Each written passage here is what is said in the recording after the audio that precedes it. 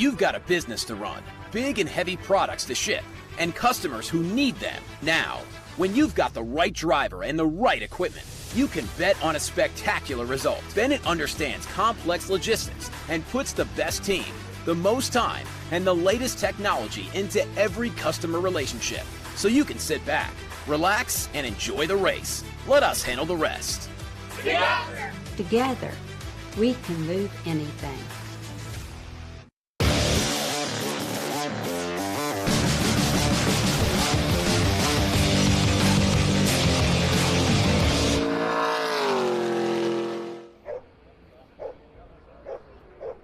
Hello and a warm welcome to the Mission Foods Road Atlanta Speed Tour. It's the Cube 3 Architecture TA2 Series for 2024 and Road Atlanta, one of the most iconic circuits in America. Alongside me, Jonathan Green, Evan Slater again, a man who's had some great results here in the past. Full field again, only round 2, but we're starting to see a form guide. Yeah, obviously round 2, so we saw how everybody did at Sebring, so we know who the known suspects are to be fast. But a few of them are missing. Connor Zillage and Austin Green, they're not here this weekend. So you're going to probably see a lead change for the championship because they're not getting any points. So really interesting to see that, but even though they're not here, it's still not easy grabs for all the guys that are here. This track is very difficult. 100 miles around here is brutal on the car, it's brutal on yourself, so it's not going to be an easy task for any of these guys up front.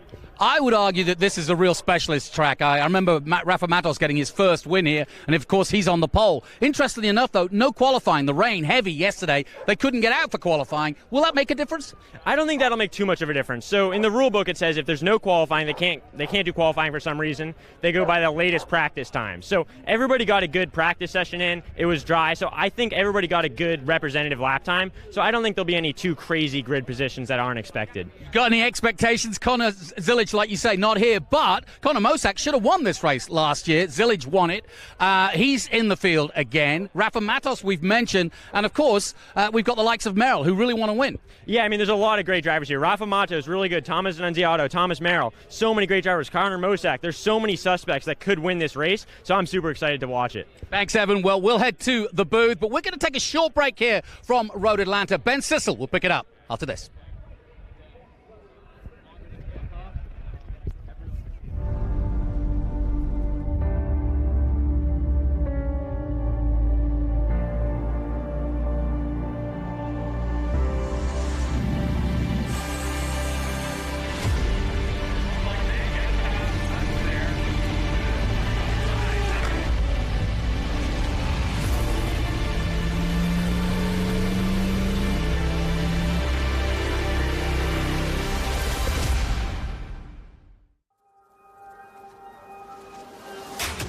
Good is this? Look at this view from Losowski.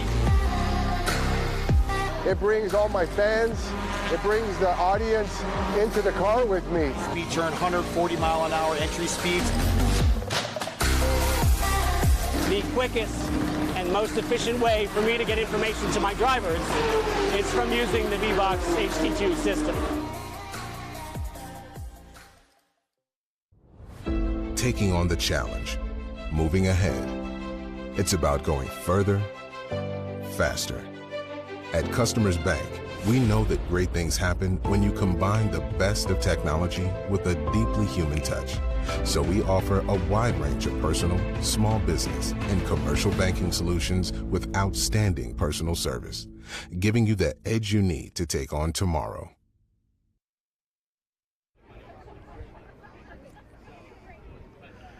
Welcome to the Mission Foods Road Atlanta Speed Tour here in the Fan Walk. We've got a lot of fans here. Beautiful weather, much better than the last few years. The Cube 3 Architecture TA2 Series, but right now I am with two-time champion, two-time back-to-back winner here at Road Atlanta, Rafa Matos, starting off the season really strong, finishing with a third. New team, you got to be feeling good. I feel great. You know, it was a great day for us yesterday. We were hoping to qualify, but we'll take that result after first practice. We're quickest in the first test and first official practice. You know, hats off to the Nitro Motorsports boys, giving me a fantastic car. You know, hats off to Concord American Flag Pole Company, you know, trusting us and believing on this project. And, you know, we're happy to deliver a good result in qualifying. Now we got to finish the job. Nice. I love it. Rafa, good luck out there. Beautiful car here with Nitro. We're going to come back to another one of our veterans, Thomas Merrill. here at Road Atlanta. Thomas Merrill, always fast here. Thomas, if I can interrupt, sorry about that. But, you know, something we were reminded of a couple of minutes ago, we were here last year on this day, basically. You came into the Black Flag. I stuck a mic in your helmet, and I could tell by your eyes you were really concerned about your friend Scott Borchetta. And does that kind of weigh heavy on your heart? You know, yes, at the time it did, because you were watching that. It was like, oh, man, it didn't look good. But I was so happy when I saw him show up at Nashville. He's in good spirits, smiling. And, yeah, the important thing is he's okay now. But at the time, yeah, it was really scary. And I had the worst seat in the house. I was sitting right, and I could watch the whole extraction, and I was trying not to look, to be honest. Well, yeah, so good. Scott Borchetta, so glad that you're back out and going. It was so good to see you in Nashville. I was just at your shop a couple of days ago, so excited. The Scott's doing really well. Sandy, thank you so much for all of your help. Let's come over here. Thomas Annunziata, doing so well, qualifying P2, talking to the fans as he should be. Well, hold on, Thomas, don't leave him hanging. Come back here. There you go. Yeah, but Road Atlanta, you've done pretty well here. You were kind of aggravated with your finish last year. What are you going to do this time? Well, I mean, I'm more mature this year, right? Last year was my rookie season, so I've learned a lot over that time, and I'm trying to fight for a championship. So got to finish all the laps, and in order to finish first or anywhere, you got to finish the race. So I'm excited. I'm confident in these Nitro guys, and I'm happy to start off pole in this Cube 3 Trans Am Series. Nice. I love it. I saw Tyler Gonzalez over here. So we spoke to our two kind of veterans in the Cube 3 Architecture TA2 Series, then Annunziata, who was new last year, and then Tyler Gonzalez, to most of the Trans Am field, kind of came out of nowhere. But you don't have that anymore. After your finish at Sebring, people are really watching out for you. And you have a lot of road racing experience. What's your experience here at Road Atlanta? Yeah, I mean, I've raced here a ton. I live only about 7 hours away. I race TCR and IMSA and GT4 and SRO, so I got a lot of time here, that's for sure. Still a little new to these Trans Am cars, but they're a lot of fun. I think I'm taking a good liking to it, that's for sure. But I'm here to give a good result for Nitro Motorsports and hopefully put this 40 car up front. Nice, I love it. Well, that's Tyler Gonzalez. Looks like they're about to start clearing the grid, but I'm going to come over here and talk to Connor Mosak. Connor Mosak, you know how I love the awkward questions, and it seems like you're always really fast here at Road Atlanta and then just bad luck near the end. What's your strategy this time? Well, this year we really focused on our long run speed, so I feel really good about what we had in yesterday morning's practice. I feel like we could really back up our lap time. So guys here at Silver Hair did an awesome job giving me that car, and we'll see, you know, if it does last in the race, but I do feel really good about it. And yeah, well, hopefully we'll drive our way up into victory lane and in honor of Scott Borchetta here last year too. We got him on my helmet this year, so it'd be a cool deal. That's awesome. Thank you so much, Connor. Connor, really good friends with Scott Borchetta. Ben Mayer, man, nice job. You are doing so well. I told you that a couple of minutes ago. So proud to see the progress, and it seems like each race keep getting faster. What's your strategy here starting in, what are you, 5th, 6th, when the green flag drops? I definitely want to save tires for the end because you're going to need to be fast in the end, and you don't want to – hold on, let me think. We are live. You need to save tires for the end, definitely, just because you want to be able to pass people in the end. That's what I did at Sebring, and it really helped me. I was catching up to the guy in 7th a ton at the very end of the race, but I just couldn't get to him, so hopefully at the very end. Well, I love it, Ben. You're getting a lot faster. Keep it up, man. Just be careful going through 1 when the green flag drops. We're going to come up here and start our proceedings here with my good friend Marvin Gray with the Road Race Ministries. Bill Knox now works for us, but Marvin Gray, who's kind of our road pastor out here in the Trans Am Series, take the mic, take it away. Let us pray. Lord Jesus, we thank you for the opportunity to play here in the beauty of your creation, Lord. We thank you for this track. We thank you for all the workers that are here. Bless the corner workers, the track workers. Bless the crew. Bless our drivers. Bless the officials. Thank you for all they do that we can go racing. And Lord, now we ask that you would bless and protect our troops and our safety forces as they protect us. And we pray for an end to the conflicts around the world. In Jesus' name, amen. Amen. Amen. Marvin Gray, thank you so much. And now we have a special treat, Amanda Martinez, to deliver us the national anthem. Amanda, take it away.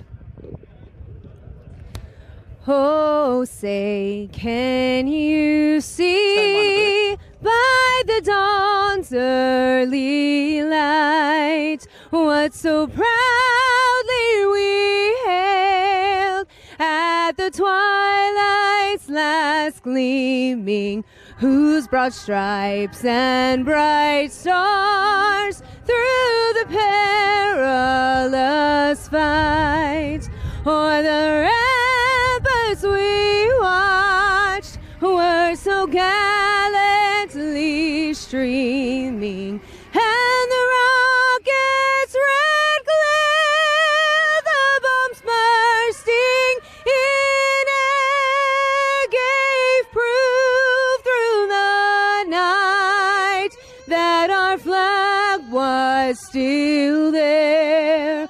Oh, say does that star-spangled banner yet wave o'er the land of the free and the home of the brave? Let's go racing! My goodness, Amanda Martinez, so beautiful. Thank you so much. Jonathan, back up to you in the booth. Thank you, Ben. Fantastic rendition, as always. And alongside me, as you saw earlier, is Evan Slater. And in the past, Evan has had some great results here. I think your best is, what, 4th? Yeah, I got 4th here in 2021. Yeah. So, and it's a tricky circuit, isn't it? We've got 16 minutes till the get-go. What would you be thinking now? No qualifying, you know, it's not an easy build-up, is it? For when you've had a disrupted build-up. Yeah, I mean, these drivers are so used to it. They've done so many race starts. It's probably not too much nerves for them, but there's always a little bit of just like baseline nerves before you go out in a race car. I mean, it's a crazy experience. So I would say for them, they're just probably focused on thinking about what they want to do on the race start. Obviously, I always say, like, all plans are good until the green flag goes. Because you have your plan, okay, I want to go to the inside in turn 1. I want to outbrake the guy in front of me. You always have all these plans, but they never actually end up working out quite to plan. So, yeah, they're just trying to think of scenarios and what they would like to do in these certain scenarios so they can get the race to go in their favor the best they can. Well, we saw on the grid, or the pre-grid, good crowd here. And if you saw Chris Dyson and was wondering what he was doing out there, yes, he's still in TA. And yes, he had his overalls on because he'd just been out and practiced and he'd be qualifying later. But, of course, he's got some skin in the game now because Rafa Matos' sponsor, the flagpole, the American flagpole, is also part of the Dyson group. So he has got an eye on Rafa today, who starts in pole position. We're about to get underway and the engines will be fired out momentarily. And we welcome our viewers on MAV TV across the United States. We welcome you to the famous Road Atlanta. You're looking down on the brand new pit and tower, or tower that is called Road Atlanta's Pit Tower. And yeah, it's a fantastic place, a brand new facility. We're on the 2nd floor of that tower looking down on the exit of the last corner, which you were telling me, literally, as you come under that bridge from here to what, turn 6? It's literally like one line. Yeah, so it's really hard. It's a fast-flowing sector, so there's really no great passing opportunities. You can make a move into turn 1, but it really has to be high commitment. And it's slightly risky, but it's super fun, that sector. I mean, coming down this last turn, we're sitting like right on the outside of it. You're going like 130 miles an hour down that hill through that turn. It's a crazy experience. So this track is just so much fun to drive around. You can see that hill on the left side of your screen there. But this track is just so much fun. So these drivers are going to have a blast, but it's not going to be an easy 100 miles because this track is so technical. There's no room for mistakes. They have to be fully focused all the time, and any mistake can be very consequential because there's not much runoff. So how do you set the car up? Because there's that one long straight from 7 to 10. So how, and then you've got this, you know, the first part of the course, which is literally one long snake all the way to 6. So how do you set up? So it's very difficult here. So there it is. Yeah, there's that snake. So that's a very technical sector. You can see. We'll go through the grid and then we'll talk about it. Yeah, just let me get the grid in. Rafa Matos, Annunziata. It's going to be good against master and pupil, so to speak. Annunziata with a win at COTA last year. Merrill and Gonzalez. Merrill, a specialist here. Connor Mosack and Ben Mayer, looking forward to seeing what Ben Mayer can do. Boris Sett Jr. in the Hendricks colours this weekend. Josh Hurley alongside him, the eSport champion from 2020, Jake Drew, coming in, a new boy. We'll talk about him. Barry Bowes now with SLR M1 race cars. And Barry Bowes is on a absolute tear at the moment. Lostowski and Bichelle, the young Gavin Bichelle, coming in again with SLR. Adam Andretti starts on the 7th row. Caleb Bacon looking to do what he did this time last year and come good. Thomas Ellis, relatively new. Will Rogers, likewise. They start on row 8. Then it's Durbin and Prochuk. Prochuk starting his 100th Trans Am race. Sabato and Odrick, the former Miami Dolphins tight end, I think he was. Dave Hodge and Michelle Abate on row 11. And we'll talk a little bit about Michelle. She's got some special color scheme this weekend. Mock and Sheehan. Darren Mock had a broken rear axle in the first practice, so it's been a tough weekend. Caton Phillips, Young, Raymond, Winston, and John Weisberg from the New York area in the Iron Smoke Red Line Oil car. And then right at the back for Ryan Companies, it's Matt Gray. And this, of course, a very important race weekend, given that Connor Zilic, who sure enough isn't doing the full series, but there's a chance now, certainly for Gonzalez, certainly for this man, Thomas Merrill, a former champion, to make hay, as they say, when the championship leader is away. After that first round, Connor Zilic leads the championship with 110 points, just 9 ahead of Tyler Gonzalez, the new man in Nitro Motorsports. Rafa Matos, his teammate, is right there with 97 points in 3rd place. And then it's Annunziata Green. Merrill at the moment in 6th place. And with Green not here as well, Merrill will be thinking of points and prizes. But hats off to Tyler Casera, who's helping Nitro Motorsports this weekend, and he was smiling, wasn't he, to both of us, saying, yeah, my boys are at the front. Yeah, I was talking to Tyler, and that's hard work what he's doing. So I do some driver coaching myself. He's working, I normally focus on like 1 or 2 cars. He's working with 7 race cars this weekend. So, I mean, he's the time management to do that, that's really impressive. So, and he's doing well. I mean, his guys are running right up towards that front of the field. So, really impressed with that whole Nitro Motorsports team, all the great people working there, and all the great drivers making it happen on the track. We'll be on board with the ASIO Data car of Barry Bowes. You just saw a glimpse of it there. And like I said, Barry Bowes, man on a tear at the moment, really going well.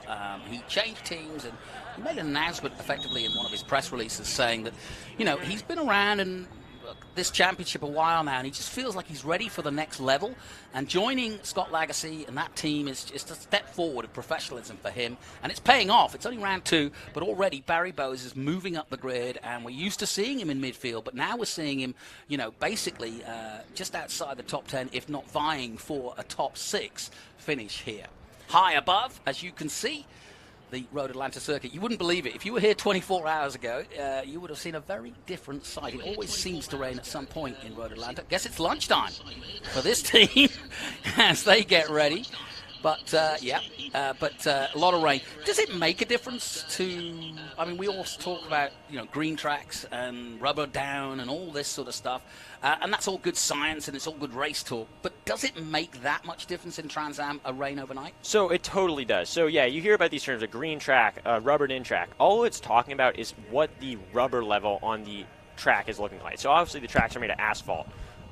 But if you have the tire rubbers, when the cars are driving around, rubber gets deposited and it builds up grip on all of these tracks. So you can have better speed, you can have better quartering and better everything like that. So when a track rains really hard, it kind of washes all that rubber off. So the track gets what you call green. So there's just the asphalt. There's no rubber built up onto that. So it's actually relatively low grip. So in these cars, it's not like a crazy huge difference, but it is definitely noticeable. You'll notice that maybe you have to roll 2 miles an hour less through all the corners. There's slight things that you're going to have to do a little bit like earlier. You might have to brake a little bit earlier. You might have a harder time getting the power down just because that good rubber that sticks to your tires is off of the racetrack. So thanks, Evan. We'll speak more in a moment, but let's head down to Ben Sissel in the pre-grid. Well, we're here at the Mission Foods Road Atlanta Speed Tour. I'm here with my friend Juan Gonzalez of Mission Foods. I know him as a race car driver with International GT and SVRA, but Juan, Mission Foods is all over motorsports globally. Is that just because of your love for motorsports? Yeah, my love for motorsports starts since when I was a teenager. But then I get to work, and now I have time to race and be part of motorsports. It's my favorite sport, and we like to be part of Trans Am sponsors and SVRA, especially in Formula 4, and we're also involved in IGT. You know, I've been racing SVRA since '91, okay, and I always love to come back to this racetrack. I love it. Well, Juan Gonzalez, take the mic from me, and I love having you here. Deliver the most famous words in motorsports. Drivers, start your engine.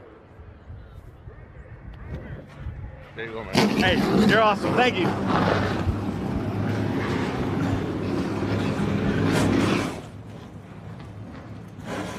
And with that, the roar of these beautiful muscle cars, a championship that's been going since 1966, and of course this circuit opened in the mid-50s, so it's been going a fair few years, since the early 70s, and we've had 30 iterations of Trans Am here, so we are well established here, and there's some great names. In fact, there's some great names racing here this weekend, including Wally Dollenbach and many others. We've got crew chiefs from NASCAR up and down the field. I was finding out about Ben Mayer's crew chief, who's an ex-NASCAR guy. So there's a lot of real heavy-duty, heavyweight folk who have decided to be part of this new era of Trans Am.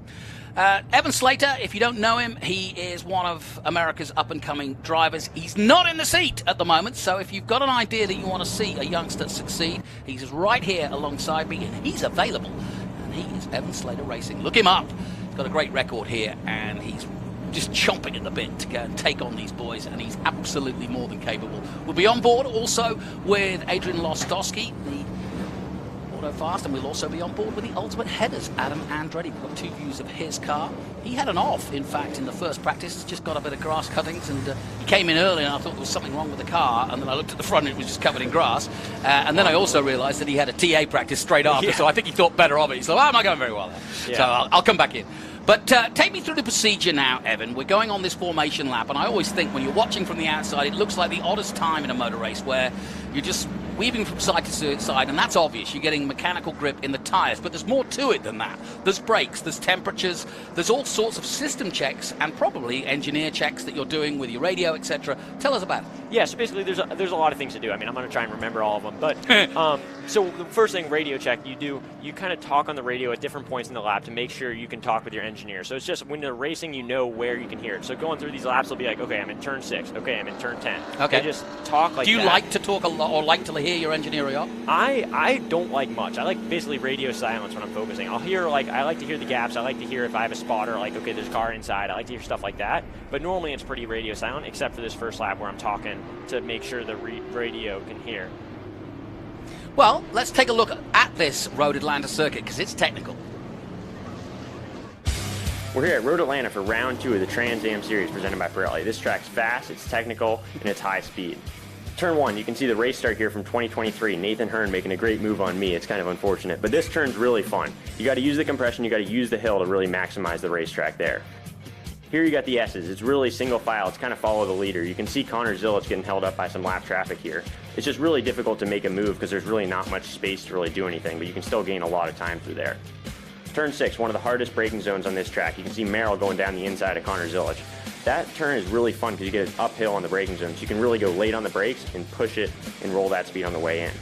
Down the back straightaway, you're getting up to like 165 miles an hour here, and then it's hard on the brakes into turn 10A. You can see Zilic going down the inside of Brent Cruz right there. It's really a great place to make a move because it's such a hard braking zone. Then you got turn 11 and 12. Those are really fast, high commitment, high speed corners, and they round out the lap around Road Atlanta. Thanks, Evan. A great look at this circuit with Evan Slater. We're on board with Keith Prochuk as he celebrates his 100th Trans Am race, and believe it or not, all of them with Cope Racing. And it's been a great story, and certainly Mike Cope considers him part of the family after 100 races, and long may it continue. But great to see Nathan Hearn, even though he was overtaking you there. But I'm sure he's tuning in Australia. Nathan, if you're watching, we want you back in the States. I watched him cruise to 6 race wins in a row in New Zealand very recently as Australia took on New Zealand in their own TA2 challenge. So it's alive and kicking is muscle car racing around the world, and we want to see more Australians, more New Zealanders, more Asians coming out over here and racing in the championship as Nathan did last year. He is hoping to make some moves here and do some racing here later. So yeah, we got 2 pace laps this race, which is great because like I was talking about before the track guide, it really gives you time to get the car all dialed in. So you see the drivers weaving, that's to heat up the tires. They're also going to do some accelerating and some braking to really get those brakes up to temp. They're also going to be obviously using the motor, which gets the motor warm and all the oil temps and coolant temps up. So it's just this first lap is used to get every single system in the car warm, and then you also use it to check and make sure everything's working. You hit the brakes really hard, make sure the brakes are working. You don't want to have a brake failure going into the first turn. Dumb question, how do you know that the brakes are up to temperature? Is it just that they feel right? So, yeah, we've driven these cars so much. Most of these drivers are very experienced, so you can kind of just go in driving at a random speed and slam on the brakes, and you can just feel, okay, how fast is the car slowing down? Is it supposed to slow down this fast? Is it supposed to slow down better? If it's supposed to slow down better, and it normally does slow down better, that means the brakes aren't up to temp, the tires aren't up to temp, something's not ready. So just keep going and keep warming it up. Hitting the brakes super hard actually is one of the best things you can do because it heats everything up. The calipers grab onto the rotor, so that generates a ton of heat in the brakes, and then also the tires are sliding, or they're trying to slide on the asphalt, so the tires are also getting hot. So you can see a lot of guys like doing slight acceleration, slight braking, and then the weaving to get the tires ready to go through a turn. And this is a great view from turn 7 all the way down under that modal bridge, all the way downhill, mind you. There's a few bumps downhill, but it mainly goes down very quickly and steeply after this bit and down into 10A, which is probably the most normal place to overtake, or at least prepare to overtake. Yeah, for sure. I mean, it's the easiest way to overtake is on the braking. If you know that, okay, I can stop my car faster than the guy in front of me, you both have to get to the same speed for the corner, but if you can stop faster, that means you can start braking later. So that allows you to make a move and gain a bunch of distance because you're going 165 miles an hour and he's already slowing down, so you can just blow right by him. So that's the easiest place to overtake, and you're slowing down 110 miles an hour or whatever. You're slowing down a lot right here. So it's just great if you're 5% better on the brakes. That's extra distance that you can go and go deeper. Well, as you can see, we're 2 by 2 as we come out of 10B now and getting ready for the start of round 2 of the championship with Zilic away, and by the way, on pole position in the Truck Series at COTA this weekend. Good luck, our friend Connor Zilic. But now it's Trans Am from Road Atlanta as we head to green. Rafa Matos with a great start. Brilliant start. Thomas Merrill going down the inside of Thomas Annunziata. That was a great start for that inside row. They got a much better run than the outside. Yeah, I got a feeling about Merrill today. He's had some bad luck at Road Atlanta in the past, but he's also been always there or thereabouts. He's so fast in that number 26 HP Tuners. There you see it in 3rd place. Annunziata settling down into 2nd, and on board now with Keith Prochek as we go down through 5 and 6. Oh, it's rattle and hum, isn't it? Yeah, you can see it's very tight through there. There's not much room to go too wide, but these drivers are pushing hard. They're trying to get the most positions they can. The start is the best time in the whole race to gain position, so they're trying to maximize from that. I said to you pre-grid, if Rafa gets the start, which he has got, he's hard to beat round here. He won his first ever Trans Am race here in 2018, and of course went on, and he's been a 2-time champion since. He also won this race in 2019, and he said to me, as I spoke to him on the pre-grid, no question, this is one of his favourite circuits, and he also didn't worry too much, as you mentioned, that the qualifying didn't happen because he was pretty much dialed in. He knew what his car was, and he knew where he was. It's the same for everybody. He's fast. Looks like Thomas Merrill was trying to look into the inside of 10A there. We're not really on the screen, but I saw him kind of peek in there. Keeping an eye on Connor Mosak, of course. He led this race, was pole position here last year, got overtaken, and then in the pursuit of trying to get back the lead, he went off and didn't finish the race. The race went to Zilic instead, so we're keeping a watchful eye on Connor Mosak, who incidentally is going to do the full season, and that's great for Trans Am, but he's also going to be doing ARCA and Xfinity as well as some truck racing, as through goes Caleb Bacon in the number 18. Got a chance to meet his granddad, the famed Al Bacon. And of course, Chad Bacon, 3 generations of bacon. That's a lot of bacon if you're hungry. It's a lot of bacon, that's a lot of racing. So great move by him into turn 1. So like I was talking about earlier, you can make a move there, but it has to be really high commitment.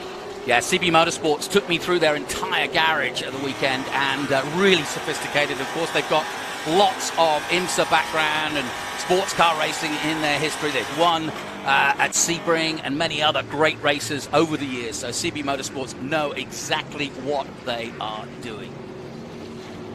So then, we are keeping an eye on how he goes. Ben Mayer in 7th at the moment. Josh Hurley coming back into real racing, so to speak. He's a driver coach and has done a lot of racing in the real world, but he won our E-Championship back in 2020 during the pandemic, and it's great to see him back in the seat again. He's just behind Connor Mosak, but we're now starting to see some overtakes as they dive into 10A. Under pressure now is Thomas Merrill from Annunziata, but Merrill got past Annunziata earlier in the race, and now Annunziata trying to make a move, and that's the obvious place to do it. That was a very interesting battle, actually. So Thomas Merrill got by Annunziata, then Annunziata got back by him. So going into 10A, Annunziata was in front. He pulls out to the middle of the racetrack to defend, and Thomas Merrill goes around the outside, which is really not a normally done move, but he was able to make it stick. He was able to be really confident on the brakes, get that car presented, and he was able to make it work around the outside of 10A. So, and also don't forget Connor Mosack right there in 5th, waiting for these two if they trip over each other. So, great racing so far at the start of this race.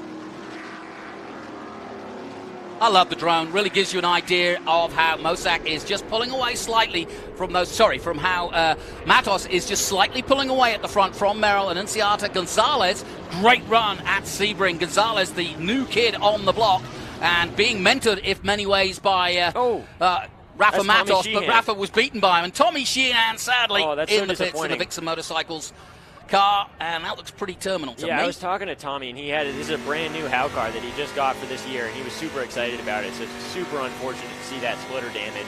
So there's a lot of ways that could have happened. So maybe he went off the track, that splitter dug into the dirt, and it just kind of ripped off from the momentum of the car moving. Maybe he had contact with somebody. Super unfortunate no matter what happened. Yeah, it's interesting. I've been watching Australia in Formula One, and it's very much a street track, but then I look back here at this track, and it's really, as they go side by side, there's really not a lot of runoff here either, and it's that far from a street circuit, but there's really nowhere to go off. Look at how close the walls are. Yeah, at the front of our screen, you can see that. Ben Mayer made it stick on the inside of that downhill. That's a really high commitment move because you're going so fast through there, and there's really no runoff. There's no room for error, so that's great racing for the both of them.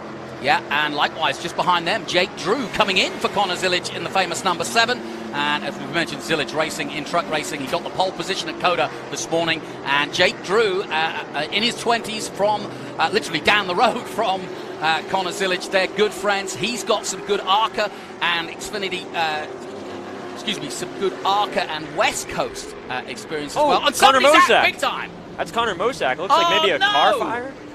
Something's smoking real bad. That could either be, to me, that looked like either That's a puncture. Car fire. It's a car fire. Wow. So Connor Mosack creates the drama, and surely that's going to bring out a safety car, and sure enough, the caution is out. So 3 laps gone, and one of our favorites is already out of contention.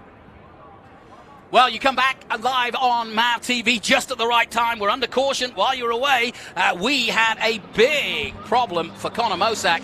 He we don't know yet. It looked like he kind of went up in flames. It's either a heavy puncture that's now caused a fire, or he's hit something. And as you can see, there's fire and smoke pouring out. He's okay, thankfully. But the silver hair is not as fast as it was just a few moments ago. So that's so weird. It's like the body around the exhaust. It looks like the body's burning. I have no idea. I wonder if there's maybe more flames internally, but that is not what you want to see for a race car. But luckily, Connor Mosack is out of that car really A little bit of time more for Tommy Sheehan then to get fixed up.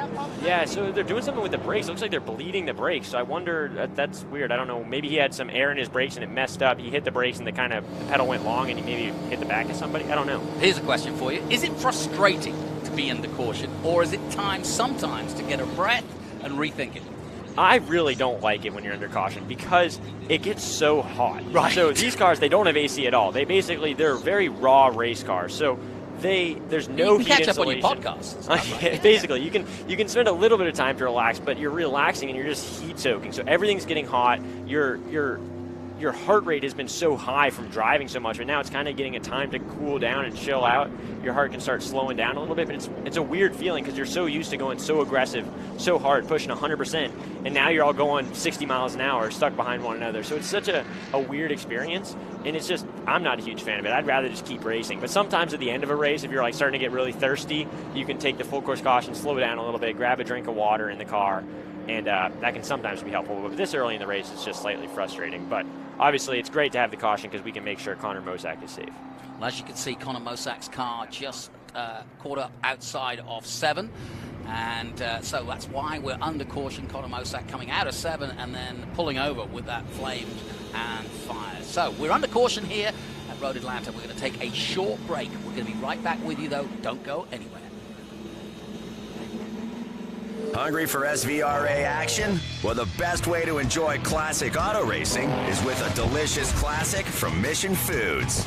Green flag your race-watching snacks with Mission's mouth-watering race day recipes.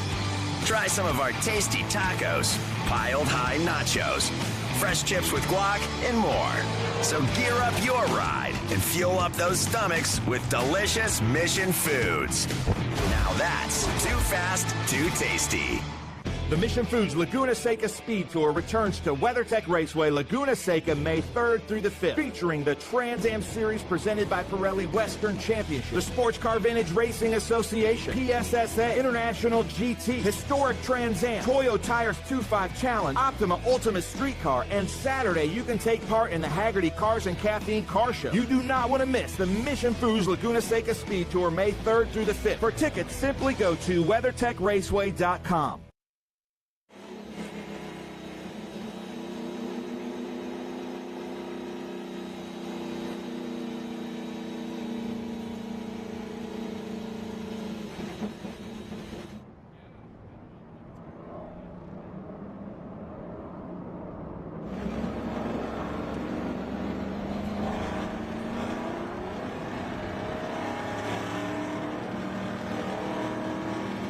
As you can see, we're still under caution, and we've had a dramatic situation for Connor Mosack. He went off, and the car in flames. It's now distinguished, and they are going to extinguished, I should say. It's both distinguished and extinguished, whichever you way. But anyway, either way, he's out of the race. But we will get a restart, and I've got Evan Slater alongside me. We're going to go through that restart in a moment. But it's Matos, Merrill, Annunziata, Gonzalez, Mayer, and Hurley. That's your top 6. And we welcome our viewers back on MAV TV because we are still under caution after Connor Mosack had gone off. A few other stories to tell you. Boris said Jr. is a good one. He's racing with the Hendrix colours this weekend, both as an overall and as a colour scheme on the car.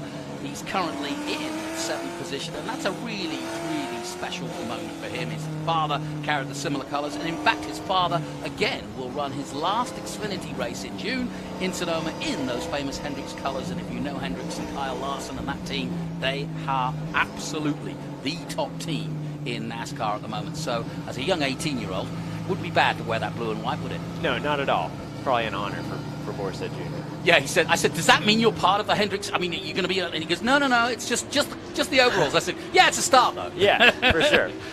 So let me talk about restart here. Let me put you in a position. Let me put you in Tyler Gonzalez's position. Okay. How do you play it from 4th? It's an opportunity, but it can also be a disadvantage. Yeah, so I mean, you're putting me in Tyler Gonzalez's view, but I don't really know how that car is driving. So the way your car is driving depends a lot on how you're going to do in this restart. If you're really comfortable with your race car, you're like, okay, the car's handling great, I got good performance, I can go faster than these guys in front of me, then you're going to be in a really aggressive mindset. You're going to be like, okay, any gap that I see, I'm going for it, and it's in front of me. You're not looking in your mirrors at all because you're just focused forward. I mean, you obviously make sure you're not turning in on anybody, but you're really focused forward. But if also Tyler Gonzalez is like, oh man, this race car is really hard to drive, I'm really sliding around a lot, I'm struggling to have the pace of these guys in front of me, then he's going to be focused more on his mirrors. Okay, how do I position my car so nobody can pass me? Yep. So it's like if you're happy with your car, you're like, okay, how can I pass? If you're not happy, you're like, how do I not get past? Well, putting that kind of inference on it, look at Merrill. He'll be thinking exactly the same because he knows all too well. There's those Hendrix colours I was talking about.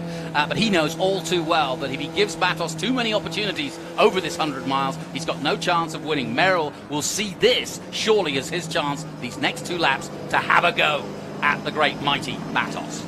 Yeah, there's 2 thoughts behind it. So sometimes you obviously want to lead the race because leading the race is good for the sponsors, it's good for the points, you get extra points for leading the race. But sometimes it's much better to be in second. If you're just sitting in second behind the guy, you can see where you're faster than him, you can see where he's slow, you can see you have, I don't know, you have 35 laps to think about, okay, how am I going to make a move on this last lap?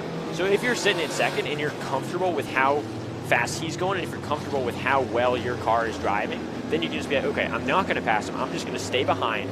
We're both going to check out. So then at the end of the race, it's just me and him fighting, and you can learn, spending that time following him, you can learn where you can make that move and make that opportunity. Well, let me ask you this. We talk a lot about time management over the 100 miles. Rafa Matos is a genius at it. Merrill's not too bad either. Is it easier to preserve tyres leading, or is it easier to preserve tyres chasing? It's hard. It's kind of a balance. So in a real downforce car, I think it's easier when you're leading because in a downforce car you can get dirty air, so then it you have to use your tires more, you have to use more mechanical grip. In these cars, they don't have that much downforce. So if you're behind the guy, you can get the draft, which can definitely help you save your tires, but you also have to use your tires harder because you're not getting that downforce from the front end. All right, let's head down to the pits because the Coke car of Tommy Sheehan is trying to be repaired. Ben is on the scene.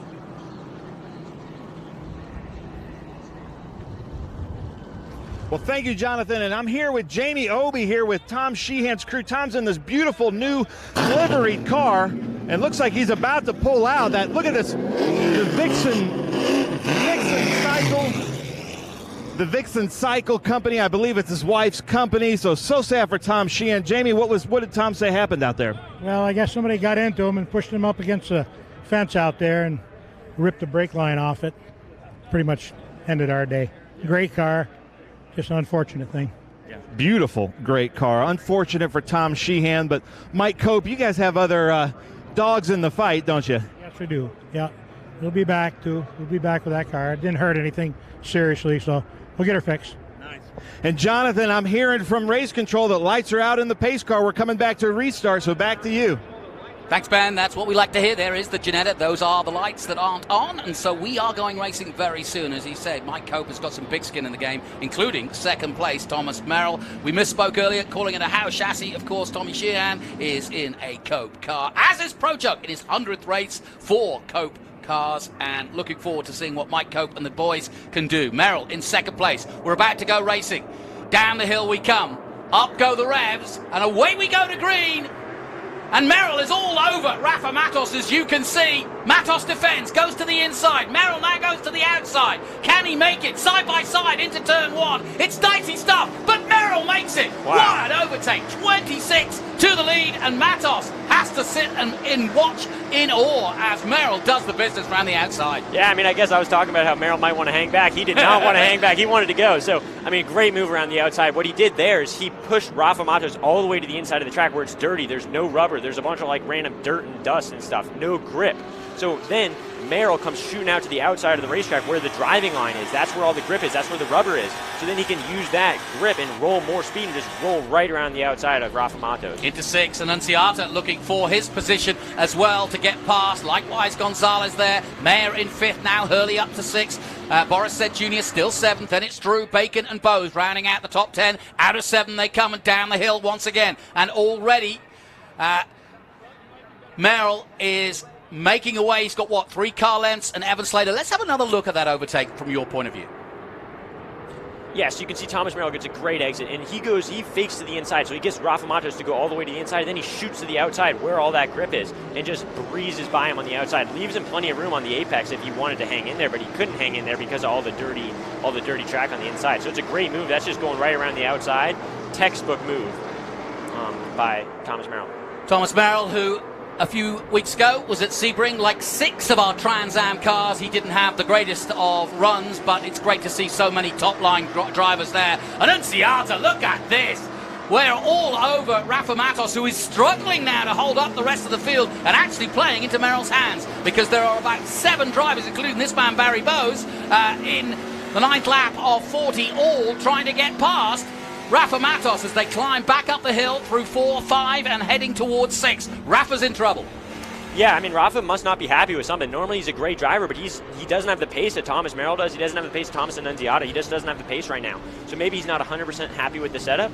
And then all this racing, those top, or I guess the 2nd, 3rd, and 4th place guys are doing, all that racing is slowing them down, allowing the guys behind him to stay in touch with them. And then it's also just allowing Thomas Merrill to just pull out and get more of a lead. He's up to 1.3 seconds right now, which is very impressive. Back on board with Barry Bose in 10th position. We see the whole field ahead of him, which includes Jake Drew, Said, Mayer, Hurley, Gonzalez, and Matos. And Annunziata looking now to make an inside move, but he's not close enough. And likewise, Gonzalez looking to try and get past him. Tyler Gonzalez, a winner. 3 wide into 10-8. Borsa Jr. went all the way on the inside. Great move. He passed literally 2 guys in one break. That was great. Well, he's definitely channeling Dad at the moment, who's out, of course, tomorrow. But I think the Boris said Senior was happy with that move. That was a great move by the newly liveried Hendricks Motorsport car. Somebody hitting the grass there, going on the lawn mowing expedition. And Jake Drew right there in the 7th. Trying to hold off Caleb Bacon now. for CB Motorsports as we go back on board with Adrian Lostowski, currently in 11th place, just behind Barry Bowes. I'm quite surprised at how aggressive everybody's being. And they're also racy, and we're 10 laps into the 40 laps. Everybody's going so crazy. They're really trying to get that position. I guess everybody's really confident in what program they have. But, man, normally I would expect to see these races a little bit more calm in the beginning and then fighting in the end. But we're fighting hard in the beginning, which is, I mean, it's great for the viewers. It's great for us. It's exciting. I think it's a combination of the rain yesterday, not getting qualifying in, and maybe now just reveling in the fact that we've got perfect conditions, nice and cool, no breeze, and just means that the tyres maybe last a little bit longer in these cooler conditions. I've had times here at Road Atlanta where it's sweltering hot.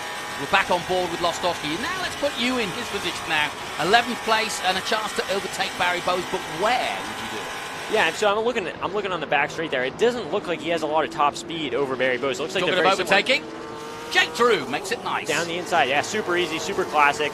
I doubt that was team orders, but just a really great move, and they're teammates, so they're not going to race too hard with each other because they don't want to take each other out. But yeah, from Adrian Lostowski's viewpoint, it doesn't seem like he's too much faster on the back straight than Barry Bowes. So I would say for him, just focus on getting a really good run through turn 6 and 7, being right up on the bumper of Barry Bowes, and then trying to make a move into 10A. But you got to be really right up on the bumper in 7 to make that happen.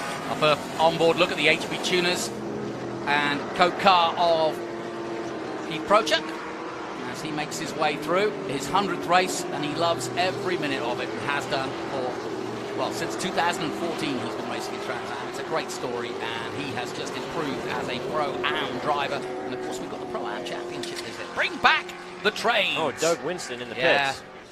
Yeah, that famous logo that he has been carrying for quite some time. They're looking quite close. What do you think they're looking at? I have no idea. The motor's on.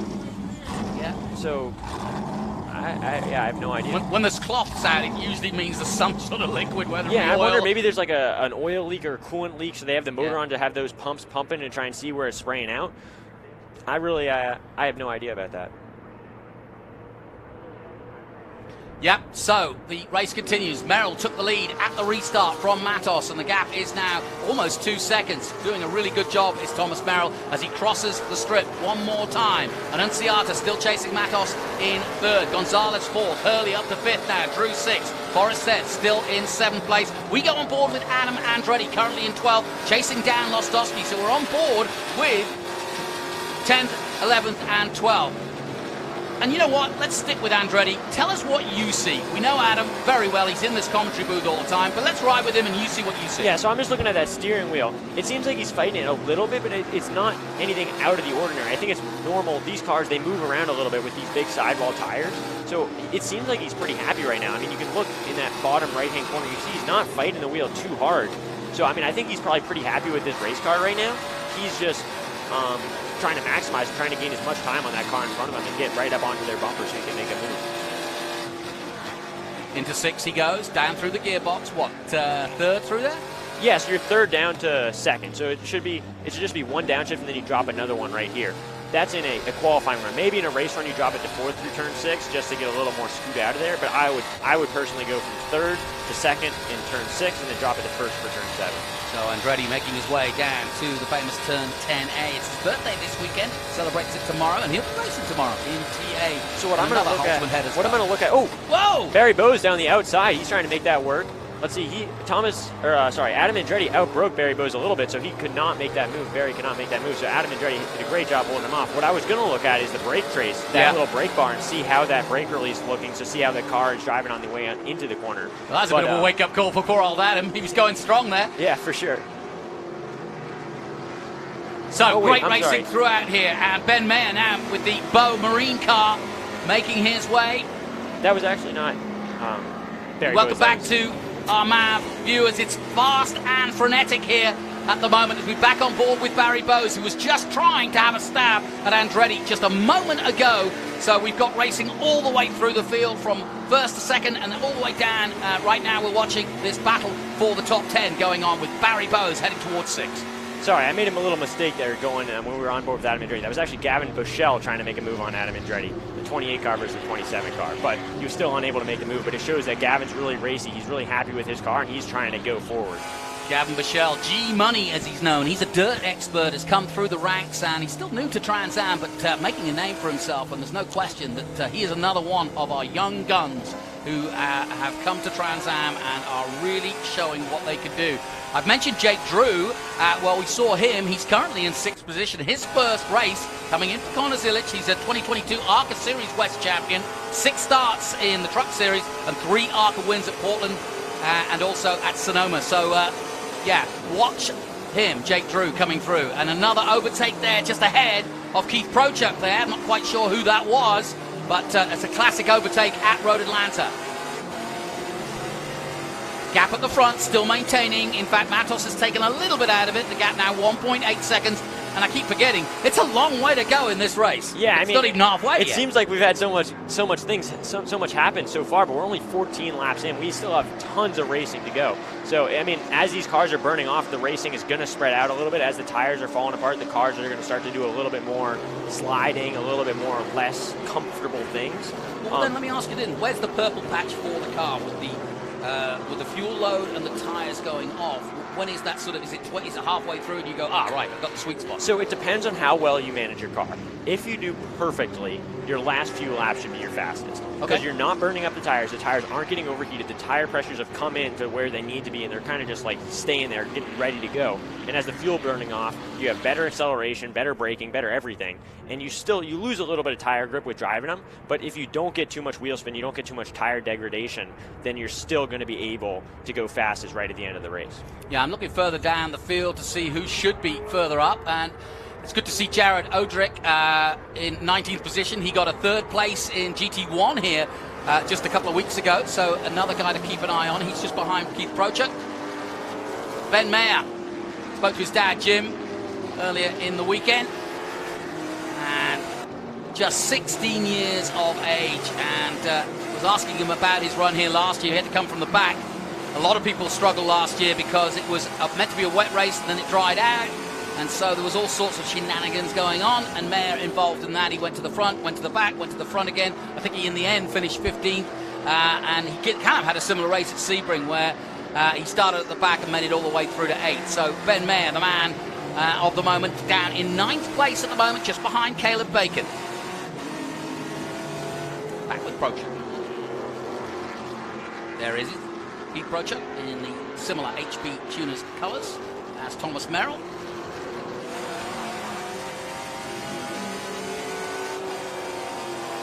100 races, that's a lot. There's only 20 other drivers in Trans Am's history that have done that. Wow, yeah, I mean, that's a lot of commitment. I mean, it's great to show. It shows that he loves this series because it's a great series, and he's committed to that, which is great to see. Yeah, and he calls himself a Pro-Am driver, and that makes sense, you know. He's not a Rafa Matos who's been a professional all his career. He's kind of learned his way and done different forms of racing, but mainly here in the last Let's see if he makes a move. Years. Going to the inside 10A. Let's see if he can get the out-braking done. Seems like he's going to have it. He's going to almost have it before the braking zone even happens. He might get 2 here. You know he might. Oh, careful, son. And he doesn't do that. So he just went a little bit too late and then just tagged that guy right in front of him. That's super Roberto unfortunate to Sabato, see. that was at the 61. That was a shame. Yeah, I mean, that happens. It's racing. You're pushing hard. You're trying to go as late as you can. And he would have made it, but that guy in front of him was just on that apex, and he was driving his own race, so you can't blame him in any way. But, yeah, Keith Prochuk was going to make that corner, but he had to trail brake and had to roll a lot of speed into there, and unfortunately there was a car right on that apex. So super unfortunate. I think that might be a penalty for Keith Prochuk because it was technically avoidable contact. Yeah. If he broke earlier, he wouldn't have hit him, wouldn't have spun him. So if Robert Sabato wants to file a complaint, that might be a one that he could get. I'll give you a chance to have a look at it again, see if you change your mind. Let's see. So you see Keith Prochuk right in the middle of our screen. They're going around the outside of that super fast turn 9. And then he goes really late on the brakes. Oh, the trees kind of get in the way. But yeah, you can see it looks like he got a little bit of a lockup right before he hit because he was just going in really fast. And just Robert Sabato was right there, and he just tagged him just ever so slightly. But when you're going, Robert Sabato is using all the tire he can. He's going as fast as he can. So if you just have a tiny little bump, it's enough to spin that car out. Yeah, and there's no question the fault is with Keith Prochuk. Yeah, and Sabato it was such a light line. Yeah, it was such a light hit, but he's already using 100% of the tire. So if you just give it a little bit extra, it's not gonna be able to take it and just spin right out. Well, he's continuing to circulate, and then we're back down to the scene of the crime at 10A. And we go back to Drew, Jake Drew in 5th place at the moment, and he's got the pursuit of Josh Hurley behind him in 6th. Boris Said Jr. has maintained that 7th place in the Hendricks painted car, and he's under severe action from Caleb Bacon as well. So I was just watching that turn 1 shot, and it was cool. You could see all the cars like kind of sliding up the hill. It looks cool because they're all like drifting up the hill. In fact, it's not actually cool because it's burning off their rear tires really bad. But that just shows these guys are really pushing it hard. They're trying to put that power down as well as they can. Unfortunately, it looks like they overdid it a little bit, so they were kind of drifting up the hill. So that's not great for the tire wear, but I mean, you can get some lap time and you can gain a little bit by doing that. Josh Hurley under pressure in the BC motor cars, and of course BC, another one of the great Trans Am teams, like Mitchell Goldberg and many others, been part of that team. And now Josh Hurley getting a chance to run, and of course he's a driver coach, as you are occasionally, Evan. And but it's much more fun than getting out there with whoever you've taught, or against guys that you know you think, you've watched him a few times, I could beat him. Yeah. Here comes Caleb Bacon on Boris Said. Side-by-side action. Said does the business, holds him off, but for how long? Look at this, bumper to bumper, and he's going to make a road move up the bridge. Here we go. He backed off. He's not going to try and risk it. Ben Mayer made it stick, but Caleb Bacon. Oh, Bacon! Yeah, so he was on the inside going into there, so it kind of messes up his line. So when he turns in early, it just pushes him a little wide on the exit. But Ben Mayer maximized on that bad run out of 12 and makes a nice move down on the inside of turn 1. Yeah, that was a slice of bacon on the outside there on the Bacon grass. locks up. You can see Bacon starting to really struggle. He had that big slide, little off, lock up, so he's starting to kind of not fall apart, but maybe the car's not driving 100%. Maybe he overcooked his tires a little bit. That's actually the car I was driving here last year, so it's always fun to see that car. So there you go. Interesting stuff. So as we approach the halfway point, it's Merrill, Matos, Annunziata, Gonzalez, Drew. That's your top 5. Further down in 26, Raymond Sabato, having dropped down after that spill, as it were, or knock from behind by Prochuk. And Odrick still in 19th position. Abate 20th, Phillips, Hodge, Young, Weisberg 24th, Caton 25th. Darren Mock not having the race of his season so far, down in 18th position, but he did have that broken axle at the start of the weekend. Just put him off on the back foot, I'm sure, for a while. And Adam Andretti still 13th at the moment, but it's Thomas Merrill. Merrill still maintaining that gap of, now it's 1.7 seconds. So bit by bit, as we look at the leader, Matos is doing the business of exactly what you said, which is just maintaining that gap, he's just going saving himself perhaps for the end of it. I'm just watching this car. That car looks really dialed in. Going up turn 1, like I was talking about before, it wasn't sliding. He was nice and hooked up. The car was really looked easy to drive on the way in, and that's what you want. You don't want to be working these cars hard. You want to just be on a Sunday drive. That's how you go fast. Let's look at Rafa Matos' car and see how that's doing. Going over the bumps looks pretty smooth. I mean, that didn't look like anything crazy was happening either, so that's what you want to see. And he's gaining a little, ever so slightly on Thomas Merrill. You can see the gap they've got. It's over 6 seconds to an Ensenada in 3rd, then Gonzalez, so they've got their own little battle because there's nobody behind them. Drew and Hurley are in a battle with Said, Mayer and Bacon and Bose for the top 10. And as we look high above turn 7, the most key corner, I would argue, given that you've got to get good drive out of there to get the good drive down that long straight down to 10A if you want to try to make an overtake. Yeah, I mean, it's all about getting on that throttle soon. So end of the speed on the straightaway, these cars are still gaining speed right before you hit the brakes. So if you can get on the throttle sooner, if you can get on the throttle 10 feet sooner, it makes the straightaway 10 feet longer. That's more speed, that's more time. Halfway point coming up here in this race for your Cube 3 Architecture TA2 race from the Mission Foods Road Atlanta Speed Tour. So much to come from this one. Merrill, Matos and Annunziata are your top 3. They're being chased by Gonzalez, Drew and Hurley in the top 6.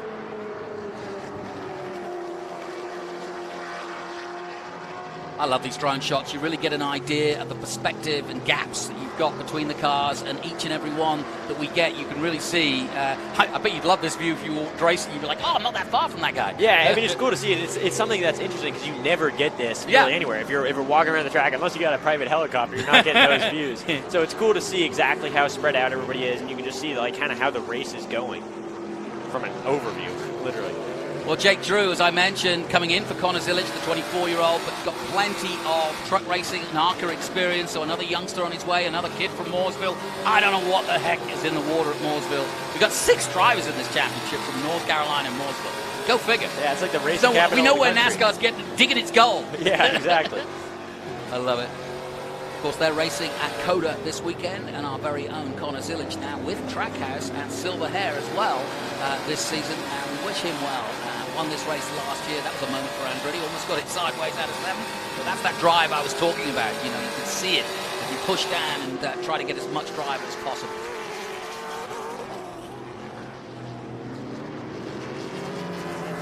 "21 laps now of the 40 in this Bennett BridgeHaul Classic. Of course, this is the home of Bennett BridgeHaul, and we'll see Danny Lowry in action tomorrow. And a lot of friends and guests from Bennett BridgeHaul will be here for that, their home race, just down the road at McDonough. And we welcome them. Darren Mock also with a new paint scheme for Poe Fabrications has got 50 guests here this weekend. Wow. And they are supplying exhaust systems to the entire series. They've done it in other series, and now they're here with Darren and hoping to get as many exhausts amongst the Trans Am drivers as possible.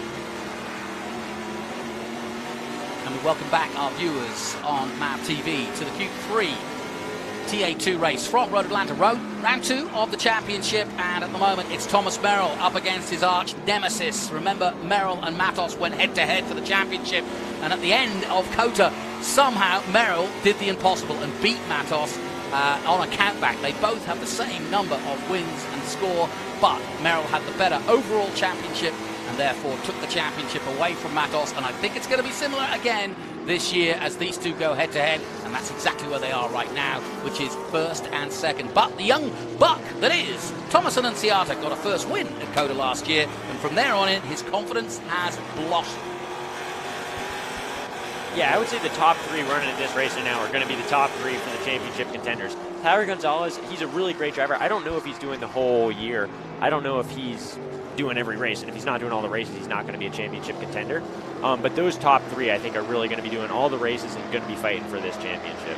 Ben Mayer now looking to try and see if he can get past Boris Said Jr. and 2 teenagers going at it, one 18, the other 16. Ben Mayer spoke to his dad Jim this weekend, and his brother Alex, just 11 years old, he's a racer too, though Dad thinks he's more of a basketball star, so he's going to keep the basketball in Alex's hands and support Ben in his racing. And Ben has proved beyond a doubt, coming in here at just 15 years of age, that at 16 he is going to be a name for the future. I love watching Ben Mayer on Instagram. He's always doing something cool. He's doing something driving crazy, Trans Am, he's racing dirt bikes, jumping those, driving Can-Am, like the off-road side-by-sides. He's always shooting doing somebody something. with his gel gun. Yeah, he's always doing something fun. So, I mean, he's living the dream at 16 years old. And he's doing great in this race, 8th place. He was running in 5th, as high as 5th. So, hopefully he can get back there to the end. Yeah, great kid too. Yeah, I spoke to him on the grid before the race, and looking forward to this one. He's also going to be doing some truck racing later in the year. He's going to be doing Long Beach. He might even bump into Matt Brabham, another Trans Am driver, because the super trucks are sort of the display race. There's like the trucks that do the jumps. Over the jumps and stuff. I don't know too much about that series, but I just see them flying through the air, and that's you can so see cool. him doing that. Yeah, yeah. I mean, like, all the cool racing things for sure. So we're getting down to the business end of this second round of the championship. The field has spread out. The gap between Merrill and Matos has gone up again. And I don't know whether that's Matos not being able to go as fast, because now the gap is, almost 3 seconds. So it was 1.7 seconds just a few laps ago. And now suddenly we've gone all the way up to almost 3 seconds. We look at Tyler Gonzalez, the man in 4th place, chasing down Annunziata just ahead of him in the black and green car. Tyler Gonzalez is pushing hard. I'm watching that car. He's using all of the racetrack. Going through turn 12, he was maximizing everything. He's really pushing hard to catch up all the way up to Thomas Annunziata and try and make a move. They're teammates, so they got to be respectful to one another, but they're also like the closest competition because they're driving the exact same car. So it's really all down to the same car, same people. It's all about the driver. So these are great to see the teammate battle, but they got to be respectful. So, but Tyler Gonzalez is pushing really hard.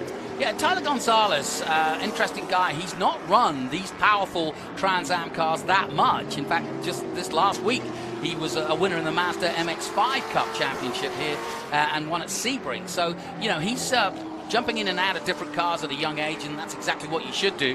But he's second in the championship at the moment. With Zilic gone, there was a chance at the beginning of the day that he could be leading the championship, but with Merrill and Matos where they are, Merrill started in 6th, and Matos is, of course, up there as well. So it's likelihood, if they stays as it is at the moment, that Matos would take the lead of the championship, but Gonzalez would go to 2nd or stay 2nd, and Zilic would drop down.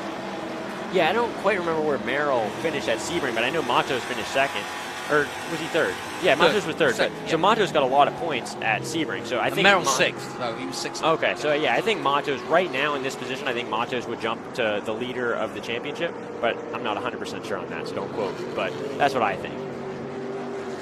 Plenty of overtakes going on. Another Ford Mustang going through that. Looks like Lostowski's car. Yeah, that's Adrian Lostowski on masked gray.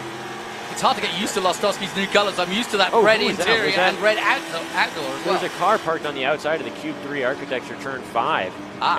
It looked like blue. Maybe it was, I don't know, I don't want to. Oh, it's Borsett Jr. Oh, no. Oh, no. Ah, Camaro out. And he was going so well in 7th place at one point, and that's going to throw things in the air a little bit. He was in 7th. Ben Mayer now moves up to 7th. Yeah, that's definitely a mechanical failure, and it's crazy because it's the same. He's the teammate to Connor Mosack, same mechanical failure, not the same mechanical failure, but a mechanical failure in the same spot of the racetrack. So that's super unlucky. And as you say, it was just on the exit or just after the Cube 3S's that he's pulled to a side. We've got a local yellow. We haven't gone full yellow yet.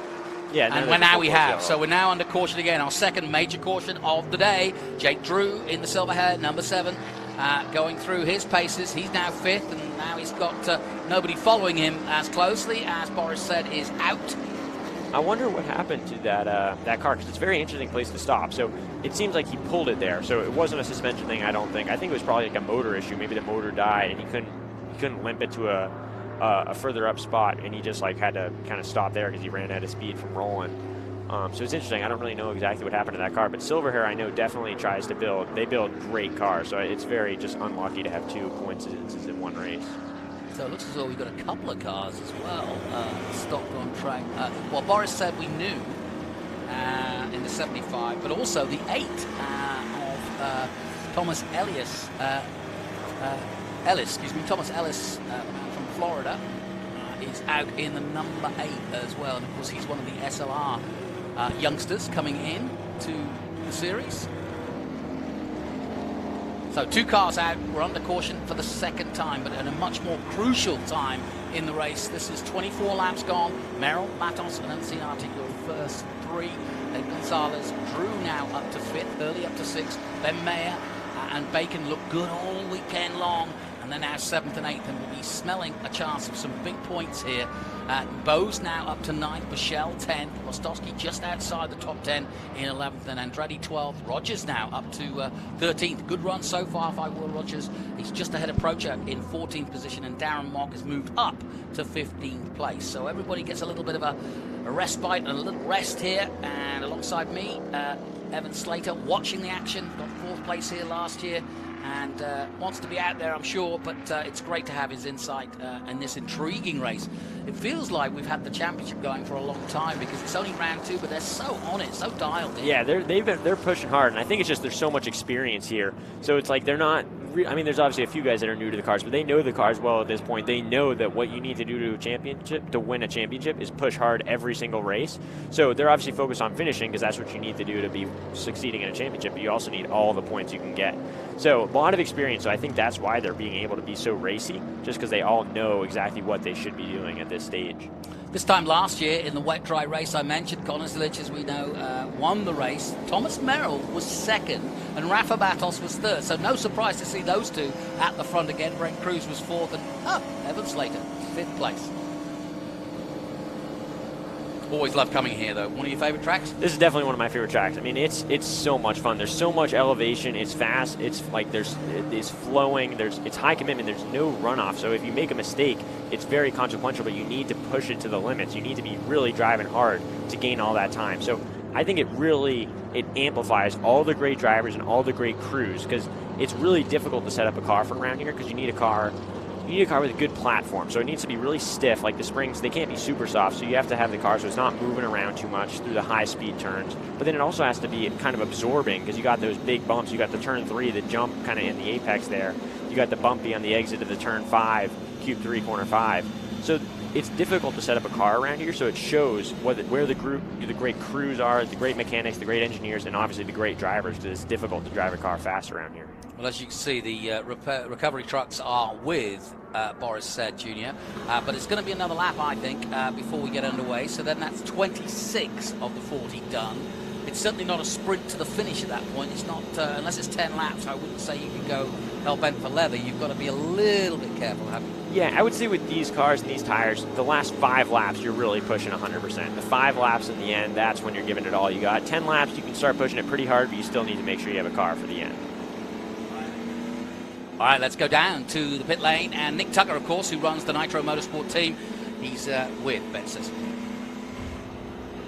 Yeah, thank you, Jonathan. I'm down here with Nitro Motorsports team owner Nick Tucker. He's got a car in 2nd, 3rd, and 4th. We know the restarts here get kind of crazy. What are you telling your drivers? We just got to press forward and do the best we can here. What are they saying? Because I'm hearing you talking back and forth on the radio. Who are you talking to specifically? Thomas Annunziata. Yeah, we're struggling. We got a brake fan issue that we're fighting. So, yeah, we'll just have to press here and see what we can do. Well, good luck out there when they go green. Jonathan, we know that the Michelin Raceway Road Atlanta restarts can get kind of crazy. Maybe Evan can tell us his strategy if he were to take this restart. Well, he's been telling us all day his strategy. He doesn't want to give too much away. I mean, you know, he was 5th here last year. But come on, I'll tell you, I'll put you in a different position this time. I'll put you in Rafa's position, because Rafa's got another bite at the cherry, so to speak. The gap was 3 seconds before now. And Rafa knows the way this race has gone, that unless he has a poke at Merrill soon, Merrill's going to do what he would do to him, which is get away quickly. For sure. I would argue that Merrill's got the better car today. So if Matos is going to make an impact, he needs to get past him and block him. For sure. I think that defending can be really great, because if he can get in front and just defend so he can't pass him, then obviously that's the win if he can hold it off for the 14 laps we have to go. But for Matos, it's difficult to get these restarts right, because in the way we have the rule books here, the leader can just kind of take off before the green. So the leader sets when the green flag goes. How long have you got between? So there's cones coming down the hill. I don't know if we can get a good camera angle of it, but there's 2 sets of cones. So that's kind of the start box. You have to take off somewhere in that box. So Merrill can just do it whenever he wants. So Matos has to be right up behind him, paying great attention. And like the second he sees that car start to like sit back and start to go, that's when he has to floor it and try and get the best run he can. So it's very hard to be right on their tail going into turn 1. But if you can make that happen, if you can be right up on their tail, he can try and peek out to the inside of Mission Foods turn 1, or he can just try and stay, or Rafa Matos can try and stay on the driving line and did what Merrill did to him, which is go around the outside of that turn 1. Well, still some work to be done on the said car. As you can see, there is the incident just on the exit of 5, and they're still just lifting it onto the recovery truck. Now, I'm just wondering. Doug Winston's still in the pits. Winston. Oh, it's still there. Gosh, he's been in there. I wonder if he went out and then came back in, or he's still trying to fix an issue. I don't know. So Doug Winston getting a nice windshield clean as well. It looked like they had some fluid they were topping up. So I don't know if it was power steering fluid. It didn't look like an oil. And maybe it was power steering fluid. I don't know what that was, but they were definitely topping something up in there. So maybe he has a slow leak. So he went back on the track, and then he's still just slowly leaking something out. So he had to come back in and get it filled up again. I really don't know. So we're under caution here at Road Atlanta here in the Mission Foods Road Atlanta Speed Tour. Of course, the TA2 Championship this year with our new sponsor as a title sponsor in Cube 3 Architecture. And it's great to have them on board. And plenty of great stories, new drivers doing different things, new sponsors coming in. Will Rogers with new sponsors this weekend, and certainly making an impact in this race as well. And we've been on board with Adrian Nostowski and Barry Bowes. Caleb Baking having a good run too. He's in 8th at the moment, and Ben Mayer in 7th at the moment. And any one of those could be in the top 5 before the end of this race. It really is an open race there. If you like that look of the Ginetta, our new pace car, there's a Ginetta race coming up later in the day, so why not join us for that?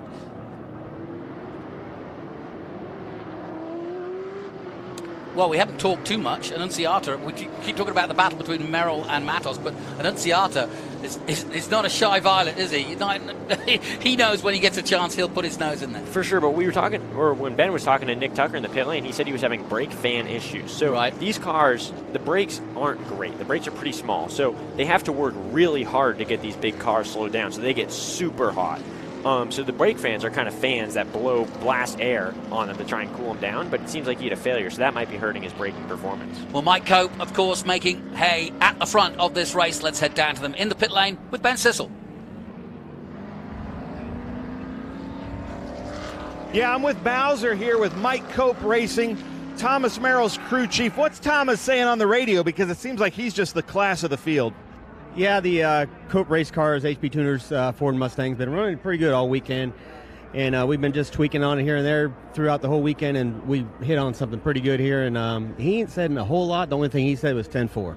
Nice. Well, you've got teammates behind you with Nitro Motorsports, who I believe are also running Cope chassis. So Cope seems to have figured out something here at Road Atlanta. Well, it's thanks for all these guys and girls here.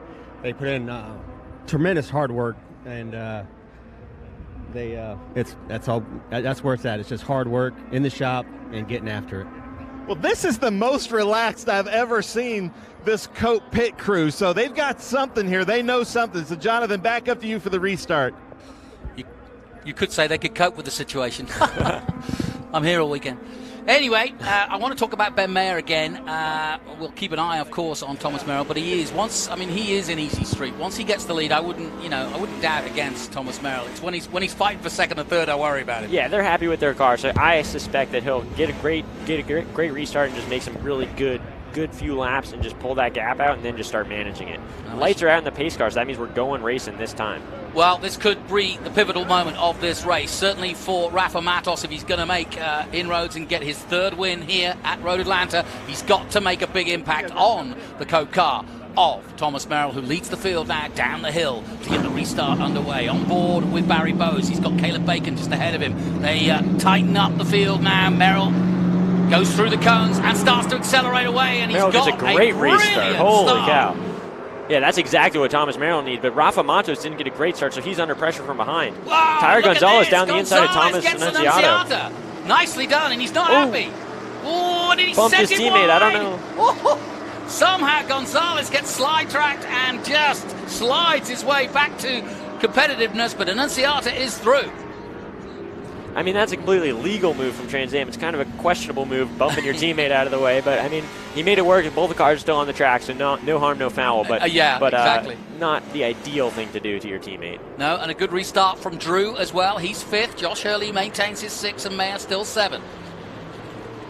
29. Now we're getting the battle for the sprint with 10 laps to go after this. And really, is it now hell-bent for leather, or can you still just kind of hold back a little? You're still holding back a little bit. You're probably pushing like 97%. I mean, Adrian Lostasi's not holding back. He's sliding that thing. He's trying to get the power down as best as he can. But what I would personally be doing is not 100%, 97% probably. So pushing still super hard, but no sliding, no burning up the tires, no burnouts like Adrian Lostasi just did. Trying to keep the car 100%. The last 5 laps is when I really start getting it 100%. Caleb Bacon looks like he got some front-end damage there. Oh, he did, didn't he? I think I saw a lockup from him on the way up the hill and through turn 2 because there was all the chaos happening in front of him. And that dirt you see on the left-hand side was when he went just wide here, when he came out the exit and got onto the grass for a second.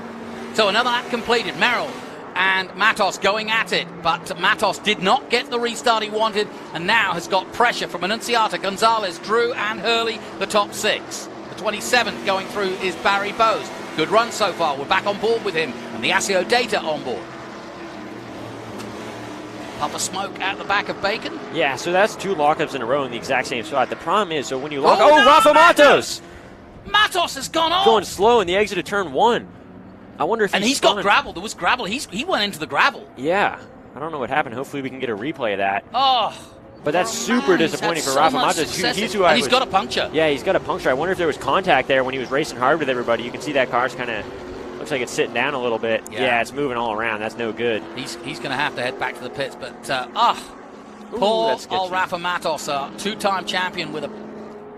Yeah, he's riding that thing on the rim. Yeah. So I wonder if somebody around him tried to make a really aggressive move, maybe they had a little bit of contact. I don't know. It's hard to tell without any visuals of it, but I think if I had to guess, what I would say is Rafa Matos was on the outside of turn 1, and then one of the guys on the inside gave him a little love tap and knocked that tire off the rim.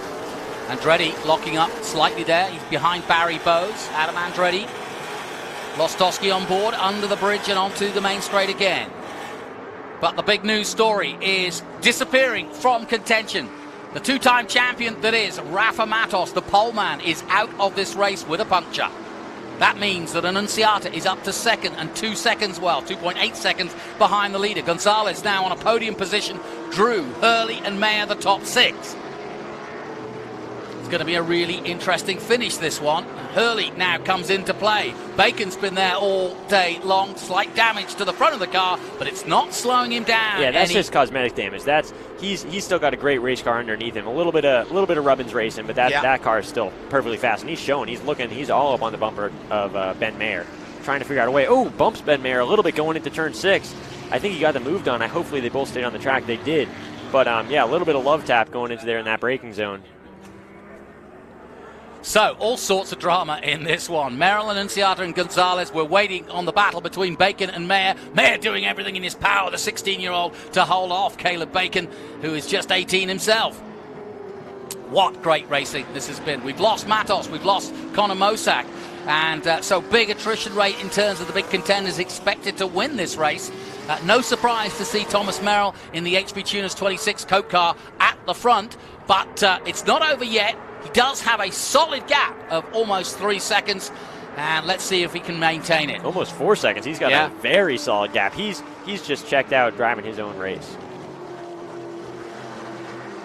I'm wondering who else could come through. It's good to see BridgeHaul coming up in 10th position now. Andretti up to 9th. That's a better run from Adam, who, of course, as I said earlier, went off in practice onto the grass and had a slightly shortened run in his first practice. Then, of course, qualifying was cancelled, so he hasn't had a lot of time in that car at all, and he'll be racing also in TA.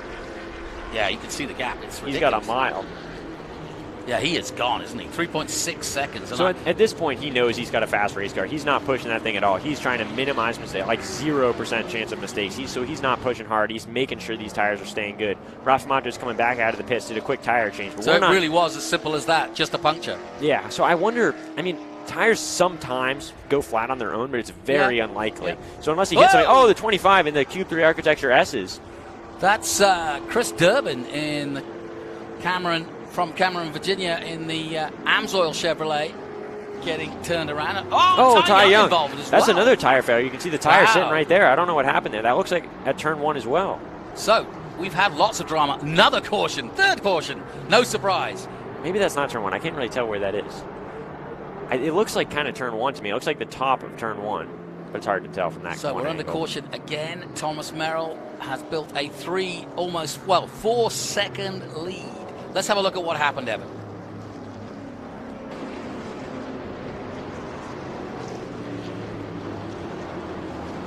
So I don't know what incident we're looking at here, but that's Ty going on. So that's turn 6. So yeah, it looks like that tire failed, and he just couldn't get the thing slowed down and just went straight into that outside wall in turn 6. Yeah, I was wrong about turn 1. Yeah, it looks like a mechanical failure. It looks like that tire let down because that tire just, you can see it laying on the track, and it's not on the car. So, yeah.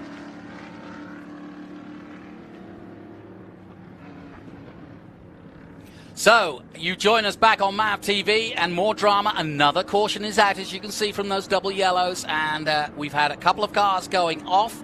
Merrill still leads this race. He had got a 4 second lead over Annunziata. Matos has gone out with a puncher. He's back out on track, but out of contention. So all sorts of drama on track, and we've now got, 8 laps to go in this one. Merrill in control, but he's going to have to do a really good restart yet again. And now the hard-charging youngster that is Thomas Annunziata is right there with him. Gonzalez, who's looked good all day, was second in Sebring, remember, beating Rafa Matos at Sebring, and is second in the championship, so he will want to go one better. And then there's Jake Drew just coming in for Connor Zilic for the first time in Trans Am. I'm sure you remember your first race in Trans Am, but what a performance from Jake. Yeah, he's doing a great job. Rafa Matos back in the pits, and Ben Mayer is also in the pits as well. Oh, wow, Ben Mayer, who was very much in contention for Nitro. Gosh, it started so well as a weekend for Nitro, and it literally has popped like a nitro popper. Yeah, he's getting out of the car. He put his window net down, which normally means he's getting out of the car, but they're jacking it up. It's like they're both doing the same thing to the car, so I don't know what's going on there.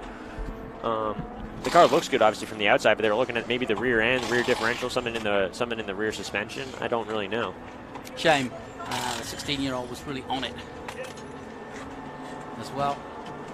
And, Dad here this weekend, and telling me all about what was going on with he and his brother.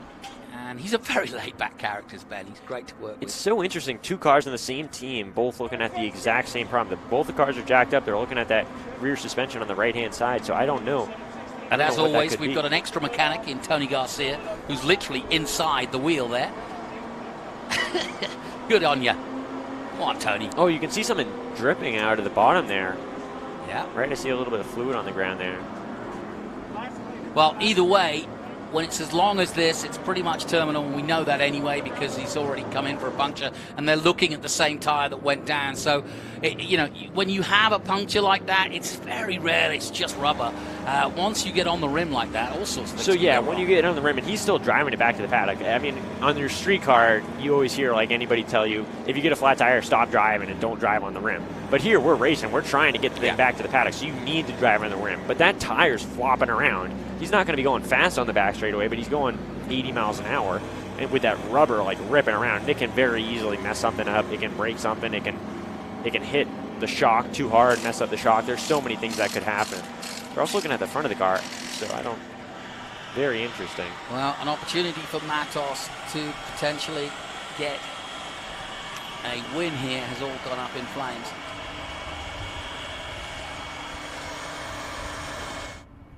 Oh, they're topping up his brake fluid.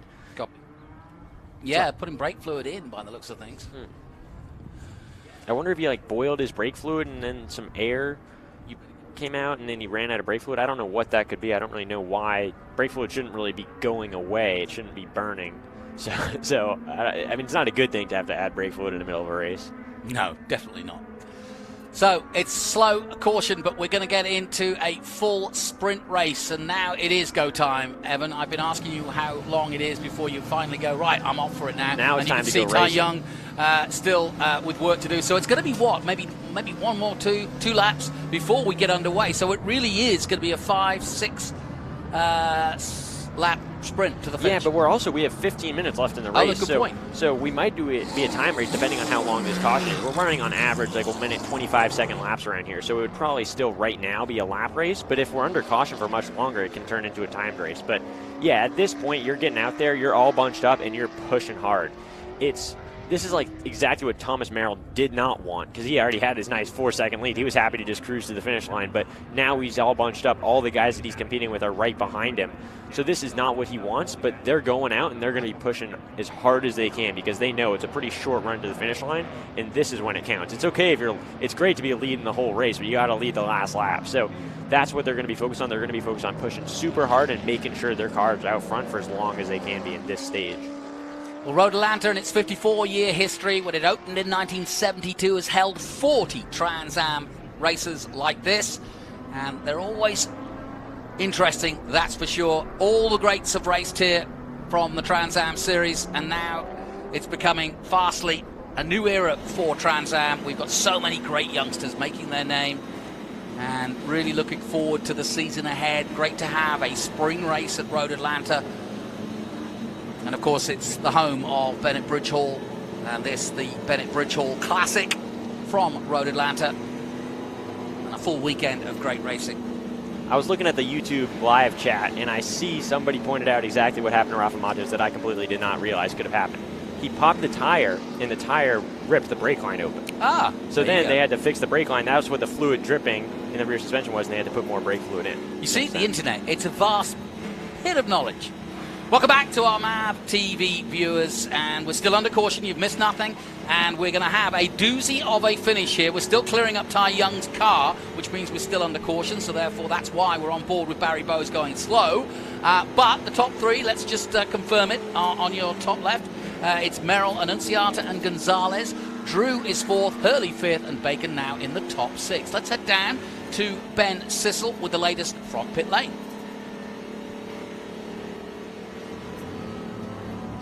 Well, thank you. I'm here with Joe Claridge. You can hear the Nitro guys talking.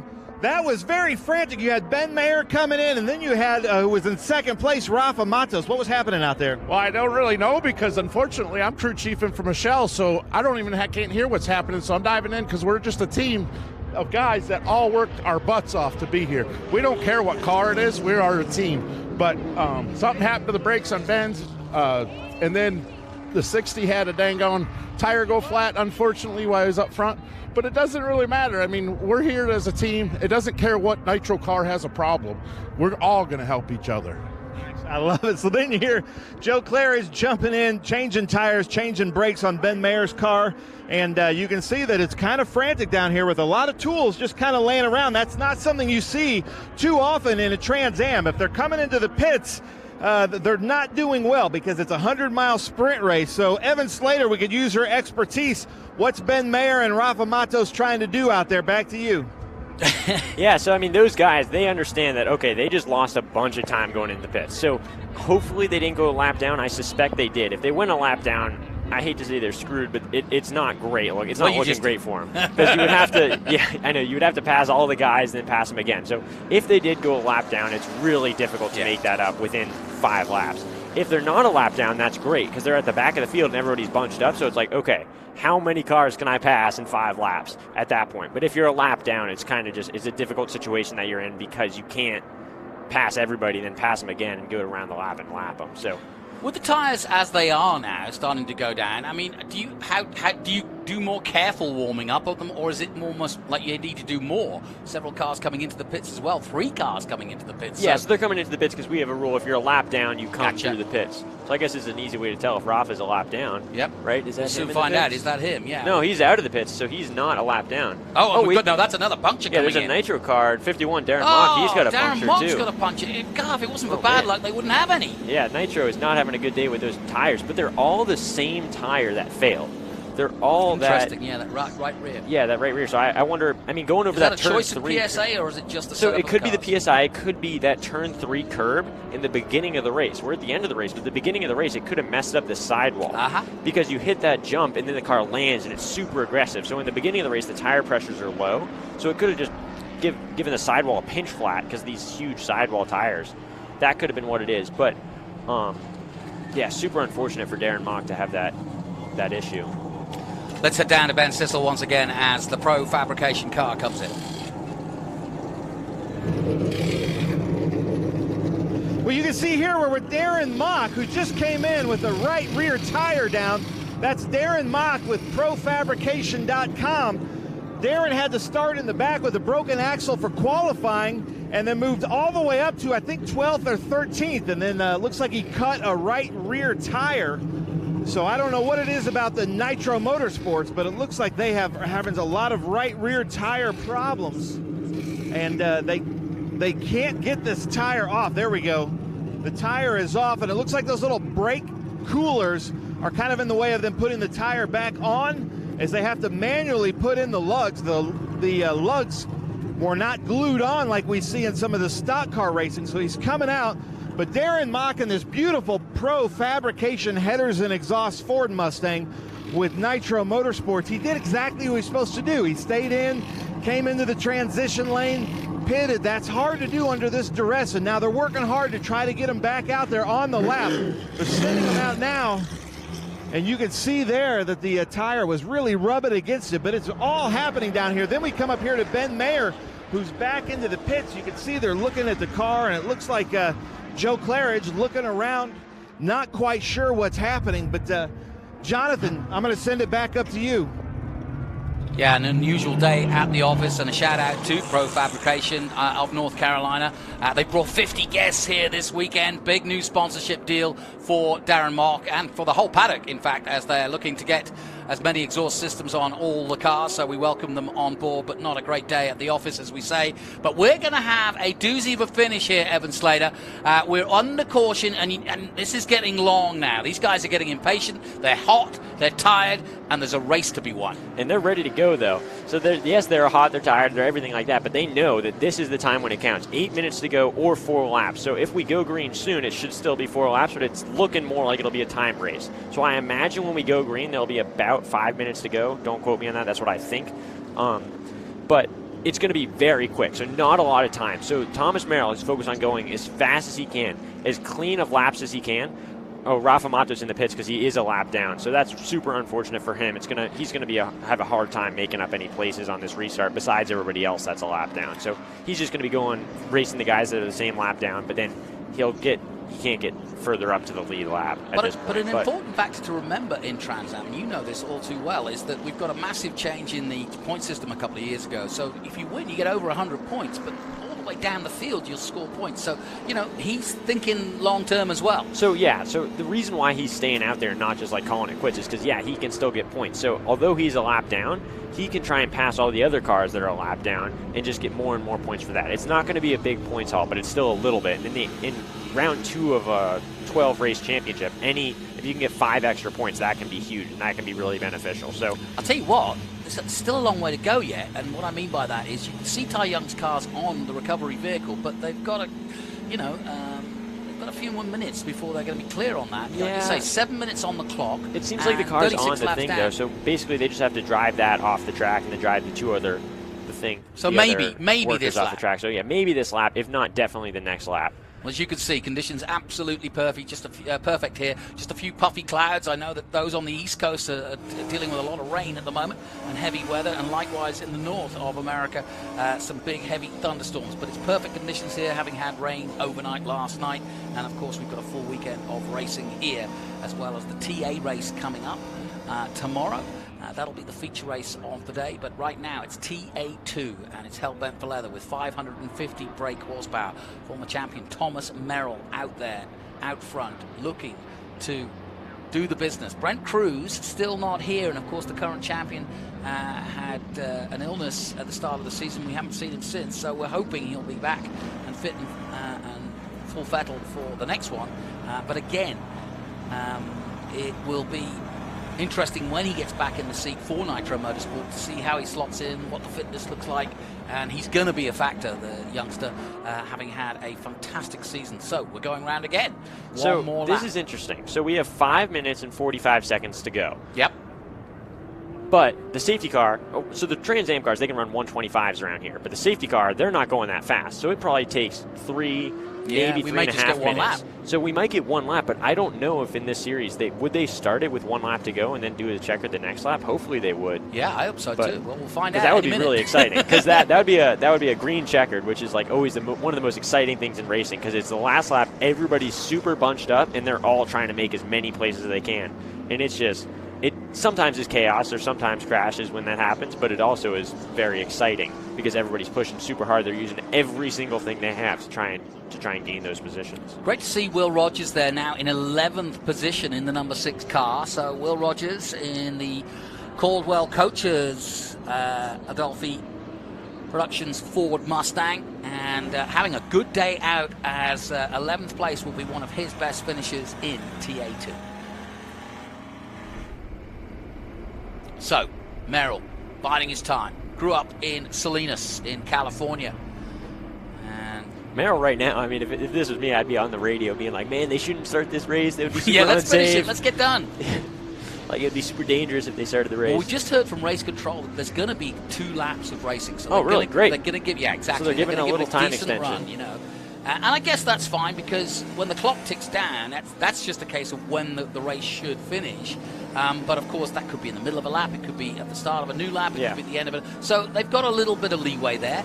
And quite rightly, the race director said, look, okay, we've been under caution for a while. A 1-lap dash could be also unsafe in that everybody's going, too desperate. Whereas 2 laps gives you a chance to get up to speed carefully and safely. And then that last lap, okay. I think that's the right decision. I'm super happy about that, because the 1-lap shootouts are a little bit crazy, a little too crazy. 2 laps is perfect. So these guys are really going to be fully focused forward.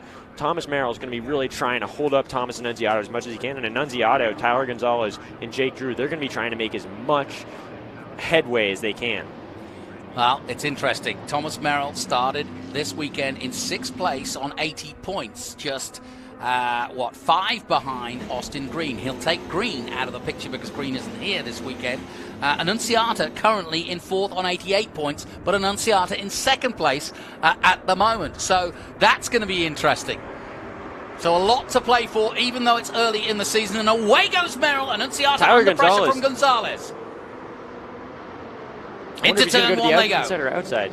Oh, they're just all staying in line. They're all playing nice. Yeah. No real changes up at the front for that restart. They know that it's going to be the 2 laps, so they're not really focused on making it done in turn 1 because they know they still have 2 laps to make it happen. And watch out for Jake Drew. He's in 4th at the moment in that silver hair number 7, and he's all over the back of Gonzalez, and I think he wants to have a pop at the podium. That would be a great result to take over the car that won this race last year.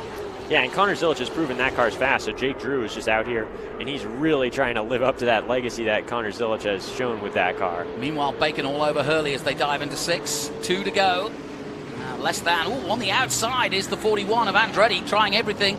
And now Andretti goes to the inside at 7. So Andretti also got his tail up and looking for a result in the 41. Gets a little slide out of 7, does Andretti. So that's just not going to help him on that run. That hurts the power down. So instead of accelerating faster, you're just spinning your wheels, not really going anywhere. So that's going to hurt his run. So it's going to make it even harder to make a move into 10A. But he still looks like he's looking for it. Yeah, and here comes Drew, as I mentioned, on Gonzalez. Jake Drew makes down the move at 10. Nicely done. Perfect. Picture perfect move at Road Atlanta. And there's nothing that he can do. Gonzalez is set. Try and come back at him. And he does so under the bridge. Inside. Side into by 12. side. Gonzalez. Wow, come on. He lifts out of it. Has to lift out. Yeah, that would have been a crazy move. Super high commitment. He isn't but done, he's looking into the turn 1 on the inside. Last lap. And everybody going for the points here. Gonzalez trying every which way in the 40 white car. He's side by side as they go up the hill for the blind crest. And he's trying to take him. You told me you couldn't overtake there. Yeah, but he made it done. Love it. Yeah, he made it stick. Likewise, so too is is Hurley trying to have a go at Drew. Well, drama indeed. A fantastic move at the crest of the hill at the top of turn 2. And that was brave maneuver. Bacon, meanwhile, still trying to catch Hurley. Full course yellow. That guy has a full course yellow flag out. I don't know. Well, not sure why. Annunziata is still there, though, as they dive into 6 for the last time. And at the moment, I think there's a full course yellow. Yeah, there is. Right. There is a full course I think yellow. our screen hasn't updated. There it is. Yep, it's all slowed down. So we're going to finish finally under caution, but we had some excitement, didn't we? Yeah, that was crazy. And then, so that's interesting. I don't know if they're going to go back a lap or keep it with that lap because... It's going to finish under yellow. Pretty sure. Yeah. Because sometimes they ended early and go like reverse a lap, but I think that's if there's like a black I see flag. What you mean. Yeah. Because then Drake Drew crossed the line that lap in front of Tyler Gonzalez, but Tyler Gonzalez is currently in front. So I think they're going to finish this lap out and then call it. But sometimes if there's a red flag, it gets kind of interesting and they like rewind a lap. They so should, that would be because interesting. it's But they'll just finish this one out. Yeah. I think, anyway. We'll soon find out, but Thomas Merrill, either way, has done a great job of maintaining his position at the front. He got a great lead away from Matos, did an excellent overtake on Matos. Matos went out with a puncture, and Annunziata has been there and thereabouts all day long. Jake Drew did a good job, but Gonzalez just got past him as they entered the last lap and almost did it before they entered the last lap. But a great run by Gonzalez again. He was second at Sebring, and now looks as though he's going to take third. Drew coming in for Zilic takes fourth. Hurley fifth. Bacon, another good run by him up to 6. Andretti recovers well. He gets 7th. Barry Bowes, who was 11th at one point, makes it up to 8th position. Bossial takes 9th, and Keith Project celebrating his 100th Trans Am race, finishes in the top 10, and that is great news for both Mike Cope Racing and Keith Prochak. Done the business. That is really a great result. And how about this one? Michelle Abate, 11th place, having started down in 22nd. The girl from Nevada.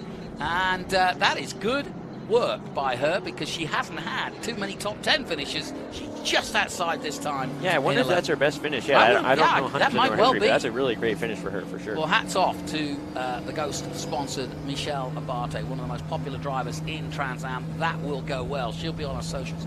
Looks like that's the reason it's down at the bottom of the S's there, in the Cube 3 S's, that we've got an incident of somebody hitting the wall, and they've decided that they needed to get the trucks out there quickly, and that is why we have ended under caution. But what a, hey, catch your breath, hey? That was Evan, a crazy race. Fun. Yeah, you got to catch your breath from that one. That was like battling through the whole way. I mean, Thomas Merrill did pull out there a little bit in the end for the lead, but I mean, all the way through the field, there was great racing. That was a really exciting race to watch, and there was hard racing, clean racing, a little bit of contact, but that, I mean, rubbing is racing, so that happens. But I mean, great race, and huge congrats to Thomas Merrill for making that happen. Well, and the two men who've made the most impact on the championship, early as it is, today are Thomas Annunziata, who started today in 4th position, and Thomas Merrill with that 1st and 2nd place. And Tyler Gonzalez, that's the other man, obviously, who started today 2nd place and should, by my account, be 2nd in the championship, but very close, if not 1st in the championship, with Merrill in 2nd. So it is a bit of a turnaround. I said there could be a change in the guard, and there was, and great to see for sure. But my thanks to Evan Slater. That was a great run at Trans Am TA2 and a good advert for what these guys can do. Put on a great show of professional racing at one of the hardest circuits in the US of A. And we've got a long way to go in this championship. And the man from California, Salinas, California, Thomas Merrill, grew up watching his mum race club racing. Wow, Porsches. I didn't know that. Yeah, she used to take him round in her Porsche, him and his brother, in the lunch break. Wow. And do a joyride and not tell anybody. Thomas Merrill, he's a great driver, tons of experience. I think he's a Trans Am champion maybe 1 or 2 times. I don't fully know. But yeah, Trans Am champion, great driver, super clean.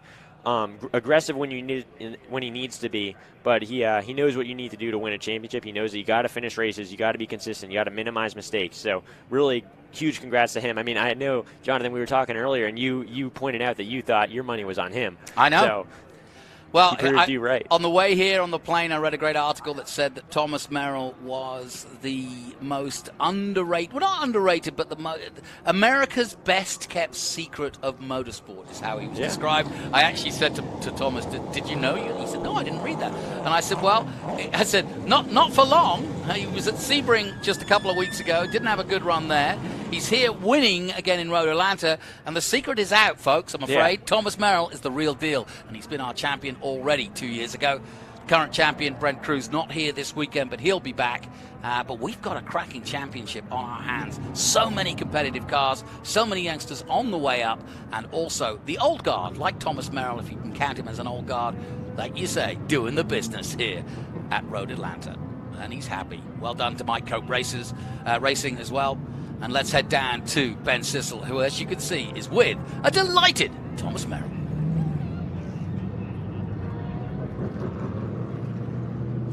Well, thank you. I'm here with Thomas Merrill. Unbelievable performance. Thomas, just basically from lap, half or lap 1, you just were the class of the field. I even talked to your pit crew and Bowser. I've never seen them more relaxed. Here's a hat for you, sir. Back on top here at Road Atlanta. That's got to feel really good. Oh, it feels great. It feels great to stand back on the top step with these boys and HP Tuners and the whole Mike Cope Racing crew. They never stopped working hard. It's been a while since we've been up here. It's really nice to put on a performance like that I know is a reflection of their hard work. So really proud of our group. Speaking of HP Tuners, Keith Prochuk with HP Tuners is going to be here joining you on Winner's Circle because it's his 100th TA2 Series start. That's pretty cool. It is really cool. It's a great way to cap off a great weekend for all of us at Cope Racing and HP Tuners. Big congratulations to Keith for 100 TA2 races, and here's to 100 more. I love it. Well, here we are down here at the Cube 3 Architecture TA2 Series Winner's Circle.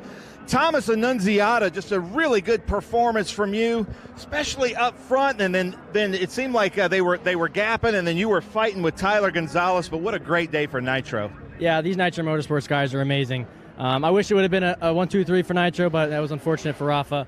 Car was great. We were battling an issue from lap 5. We had some wiring issues, started to smoke. We were afraid it could catch fire, so we had to turn the brake hoses and brake fans off. So it was hot in there.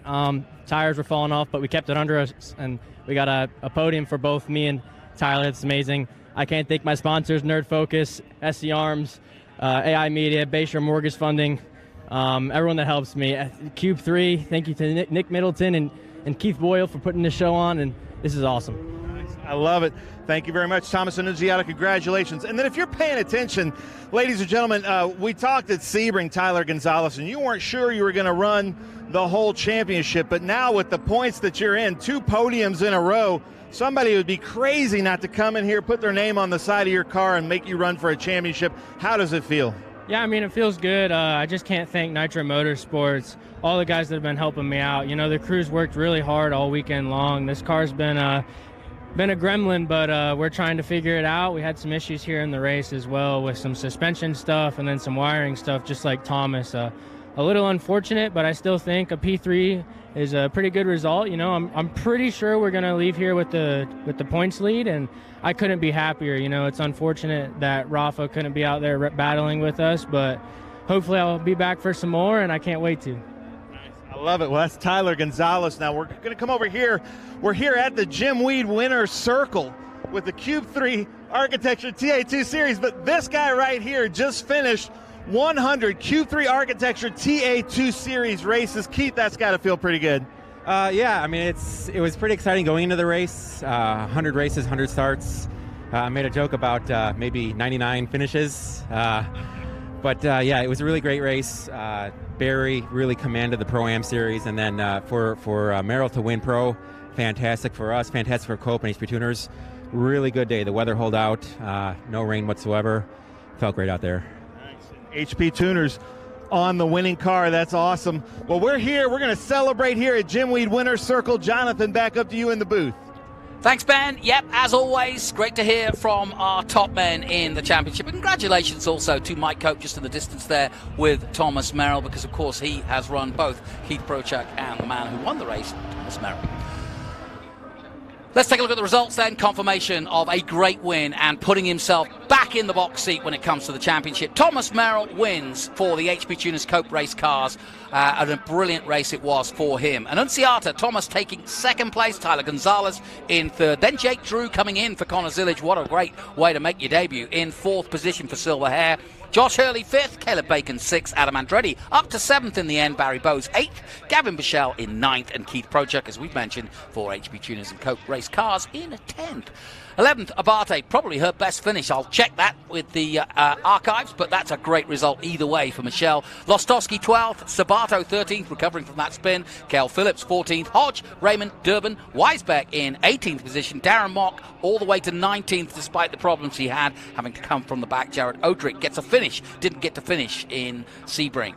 Further down then, Matt Gray, Rogers, Will Rogers, then Rafa Matos does get 23rd after what could have been a win for him, sadly. Ellis Mayer, as you can see, also getting a result in 25th. Caton, Young, Boris Said Jr., Winston and Mosak, unfortunately not finishing the race, as you can see, but everybody had some interesting times. Tom Sheehan also coming into the pits and having damage to his right front of the car.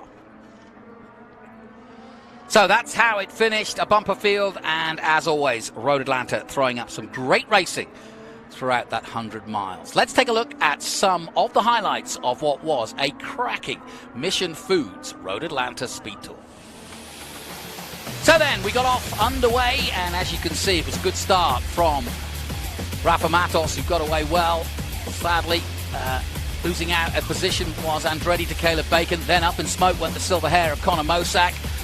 Then a great move for the lead. Merrill taking it away from Matos. Then a bump in the back for Sabato by Keith Prochak. Then a puncture, sadly deflating the hopes of that man, Rafa Matos. But there was skittles everywhere as several cars going off, including this man, Tyler Young, hitting the wall hard. And it took some time to get him. Several cautions slowed things down, but the battle for the front was very hardly contested. But no one could stop this man. Merrill wins at Road Atlanta.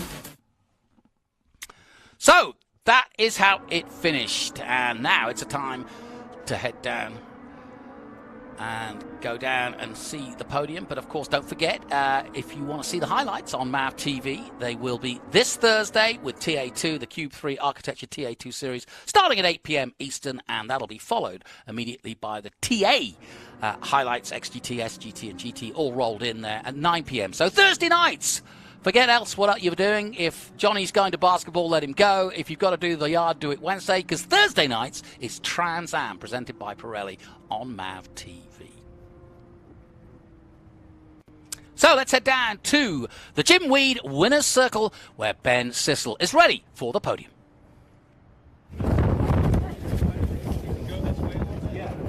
All right, ladies and gentlemen, welcome to the Jim Weed Winner's Circle here with the Cube 3 Architecture TA2 Series at Road Atlanta. Come on, crowd, get loud! Nice. This is going to be quite a fun celebration. This is going to be the dogs. See, the dogs are getting loud. You guys need to get loud also.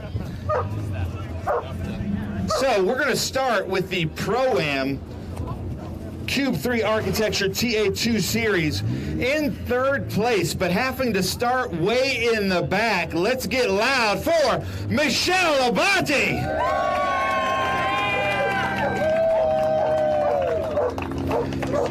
Michelle Abate back in the TA2 Series with us. We got Nick Middleton here with Cube 3 presenting the trophy.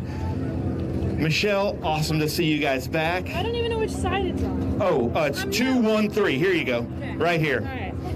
And now this is extra special, ladies and gentlemen. We're bringing them up here for second place. But before we do that, I'm going to introduce the president of the Trans Am Series presented by Pirelli, John Claggett, to present him his 100th TA2 start.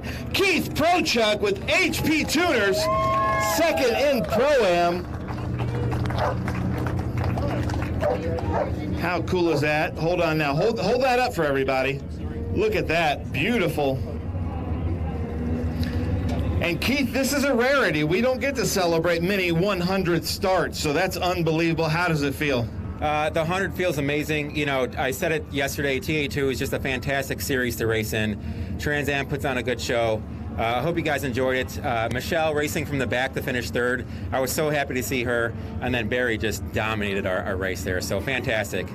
Nice. I love it. And then to have HP Tuners on the winning car, too. Spoiler alert. But hold on, Nick Middleton, you got another trophy here, too. The Cube 3 Architecture TA2 Series, second place Pro-Am. Let's hear for Nick Middleton for supporting the series at every race. And then, ladies and gentlemen, this guy is putting in the work. Racing in 2 series. He was just with us at Thunder Hill, way out west a couple of weeks ago, getting really fast. Let's hear it. Asio Data, Barry Bowes, first place. Pro-Am TA2, Cube 3 Architecture TA2 Series. Barry Bowes just getting super fast out there. Nice job. So, Michelle, so great to have you back in the series with us. The livery that you were running, I was following what was happening on social media, and I'm sure this feels good, and I'm sure you have some shout-outs you want to give. Yeah, first and foremost, I have to thank all of our first responders. As most of you know, I lost my brother November 30th from a drunk driver. He was Nevada State Highway Patrol. But today he was with me in my car, and he was helped guiding me, keeping me safe, and brought me towards the front. I still got a few steps to go, but this is very iconic for me, and I'm just very grateful to be here today. Thank you to my team. Nitro Motorsports gave me the best car they could give me. It all falls in my hands at the point of driving it. It's definitely set up and could have won, but it needs the right driver behind it. I just have a few things to learn, but thank you guys very much. It's an honor to race with everybody here. Barry, super stoked for you, and Keith, great job. Just thank you all very much for all of the support, especially the fans who came out. Nice, I love it. Thank you, Michelle. So sorry about your brother, and love the livery that you're running. I know this is extra special. And speaking of extra special, 100 races, Keith, and you and I have been in the TA2 series for just about as long together. It's really cool to see you out there, knowing that you have a true day job, but you're out here running just because you love the series and love racing. Well, that's kind of the benefit of the Pro-Am. Like, we work and then we come here on the weekends to kind of try to run with the pros. And Barry certainly did today. He was running fantastic. Yeah, it was, man, the sun's coming out now. 100 races. Yeah, TA2 is just a blast to be in. Once again, congrats to Michelle and Barry. Fantastic race. Nice. I love it. Keith Prochuk, ladies and gentlemen, HP Tuners. And that's 2 podiums in a row for the Pro-Am. So this points battle in this Pro-Am is going to get pretty serious. And speaking of running your own business, the Asio Data car there, Barry Bowes, you just love running this series, don't you? This series is the most fun I can possibly imagine. I've run in a bunch of different series. These cars have no aids, as everybody knows, and you just got to work it, and I love it. Nice. Anybody you want to thank? Absolutely. M1 Race Cars for giving me an absolutely fantastic car. Rolled off the trailer, perfect, made one setup change, and then we undid it, and we ran the weekend, and that is phenomenal. It does so much to help the driver out. TRB Autosports for all their supports, and of course, Osseo Data. Nice. I love it. Barry Bowes, ladies and gentlemen. Now, come on, Road Atlanta. Get loud. Let's hear it. Michelle Abadi, Keith Prochug, Barry Bowes. The TA2 Series Pro-Am Cube 3 Architecture TA2 Series Pro-Am. Now we're going to do a hat dance. Man, I love the round of applause we're getting from the dog, too. See, we need more of that. I love it. All right, Road Atlanta, let's get loud. Come on now. Show them some love here. Michelle Abadi, Keith Prochug, Barry Bowes. Cube 3 Architecture TA2 Series Pro-Am. What a great start to the season. And the championship battle is going to be, those are some big bottles of champagne there. Look out. Yeah, hell yeah. Well,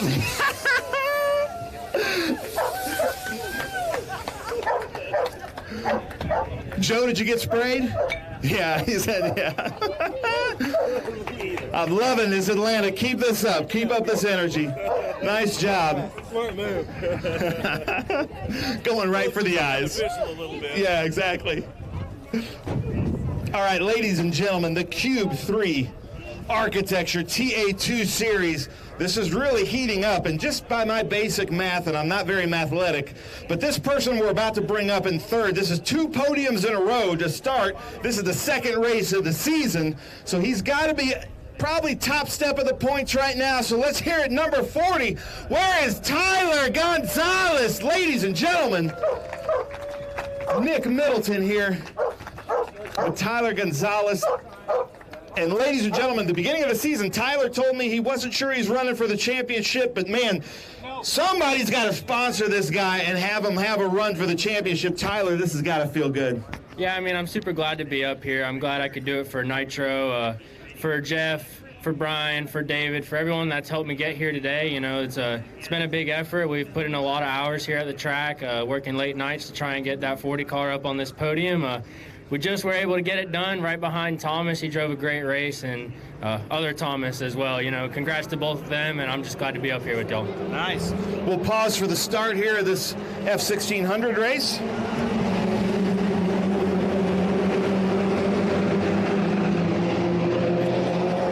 And then the Cube 3 Architecture TA2 Series second place finisher.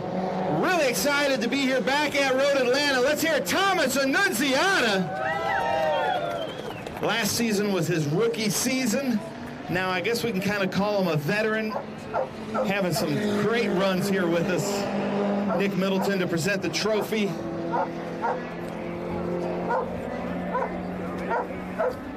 And Thomas, I'm going to come to you, but then let's bring up in that beautiful HP Tuners, the class of the field, the Cope race cars, our TA2 champion from a few seasons ago. Let's hear it, Thomas Merrill in that 26 car.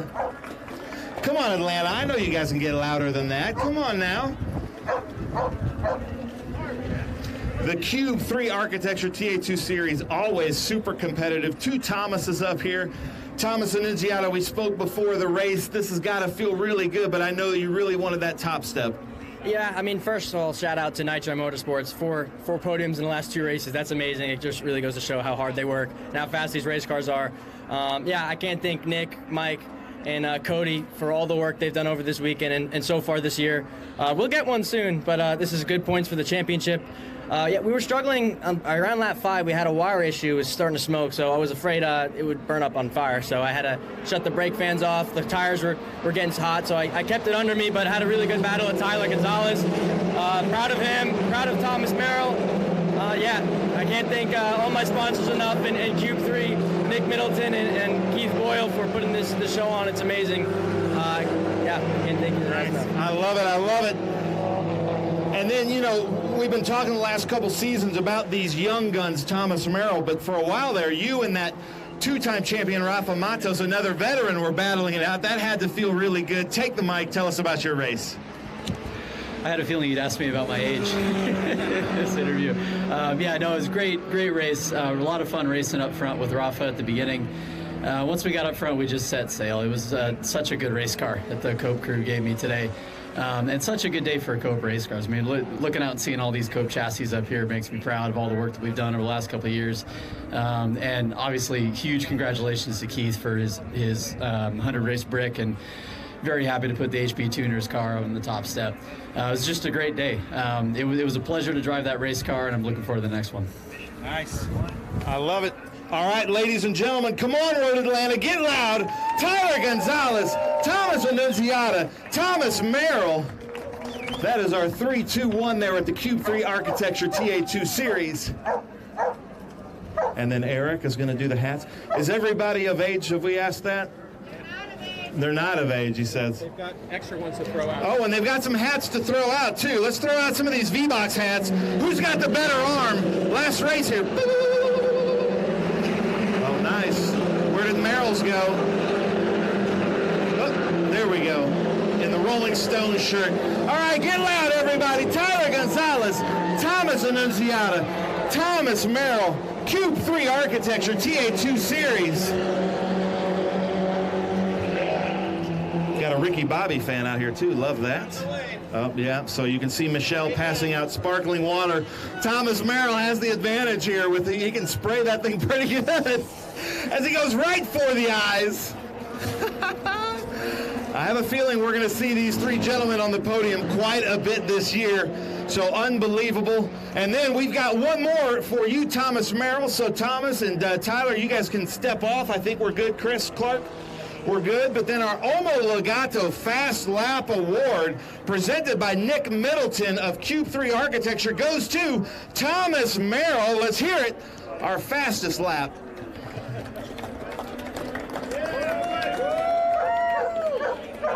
I love it. Wait, Nick Middleton, come back up here. So, ladies and gentlemen, one more time, Nick Middleton here with Cube 3 Architecture sponsoring the series. Your second race. This has got to feel pretty good. Yeah, it's awesome. It's great being on the podium every week, but this is a very competitive field this year. I'm looking forward to all the races. Congratulations to the top three there. I'm looking forward to the next one in Coda. See you all there. But at least it held out, no rain. So, awesome job. Thank you. Next one's in NOLA. NOLA, yeah. Well, we're all watching Coda tonight because Connor Zillage is running the truck series. But Jonathan, I'm going to send it back up to you. Thanks, Ben. Yeah, and racing everywhere, and our graduates are making it each and every weekend somewhere in racing, and we are growing some superstars in this championship, no doubt about it. So,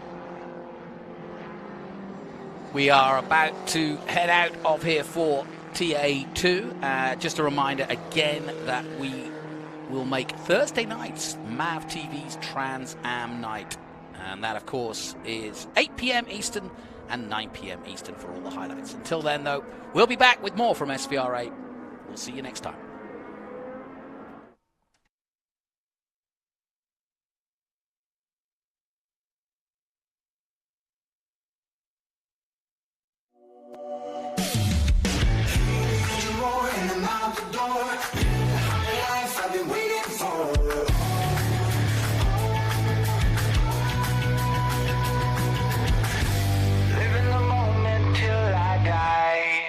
And I'm gonna change.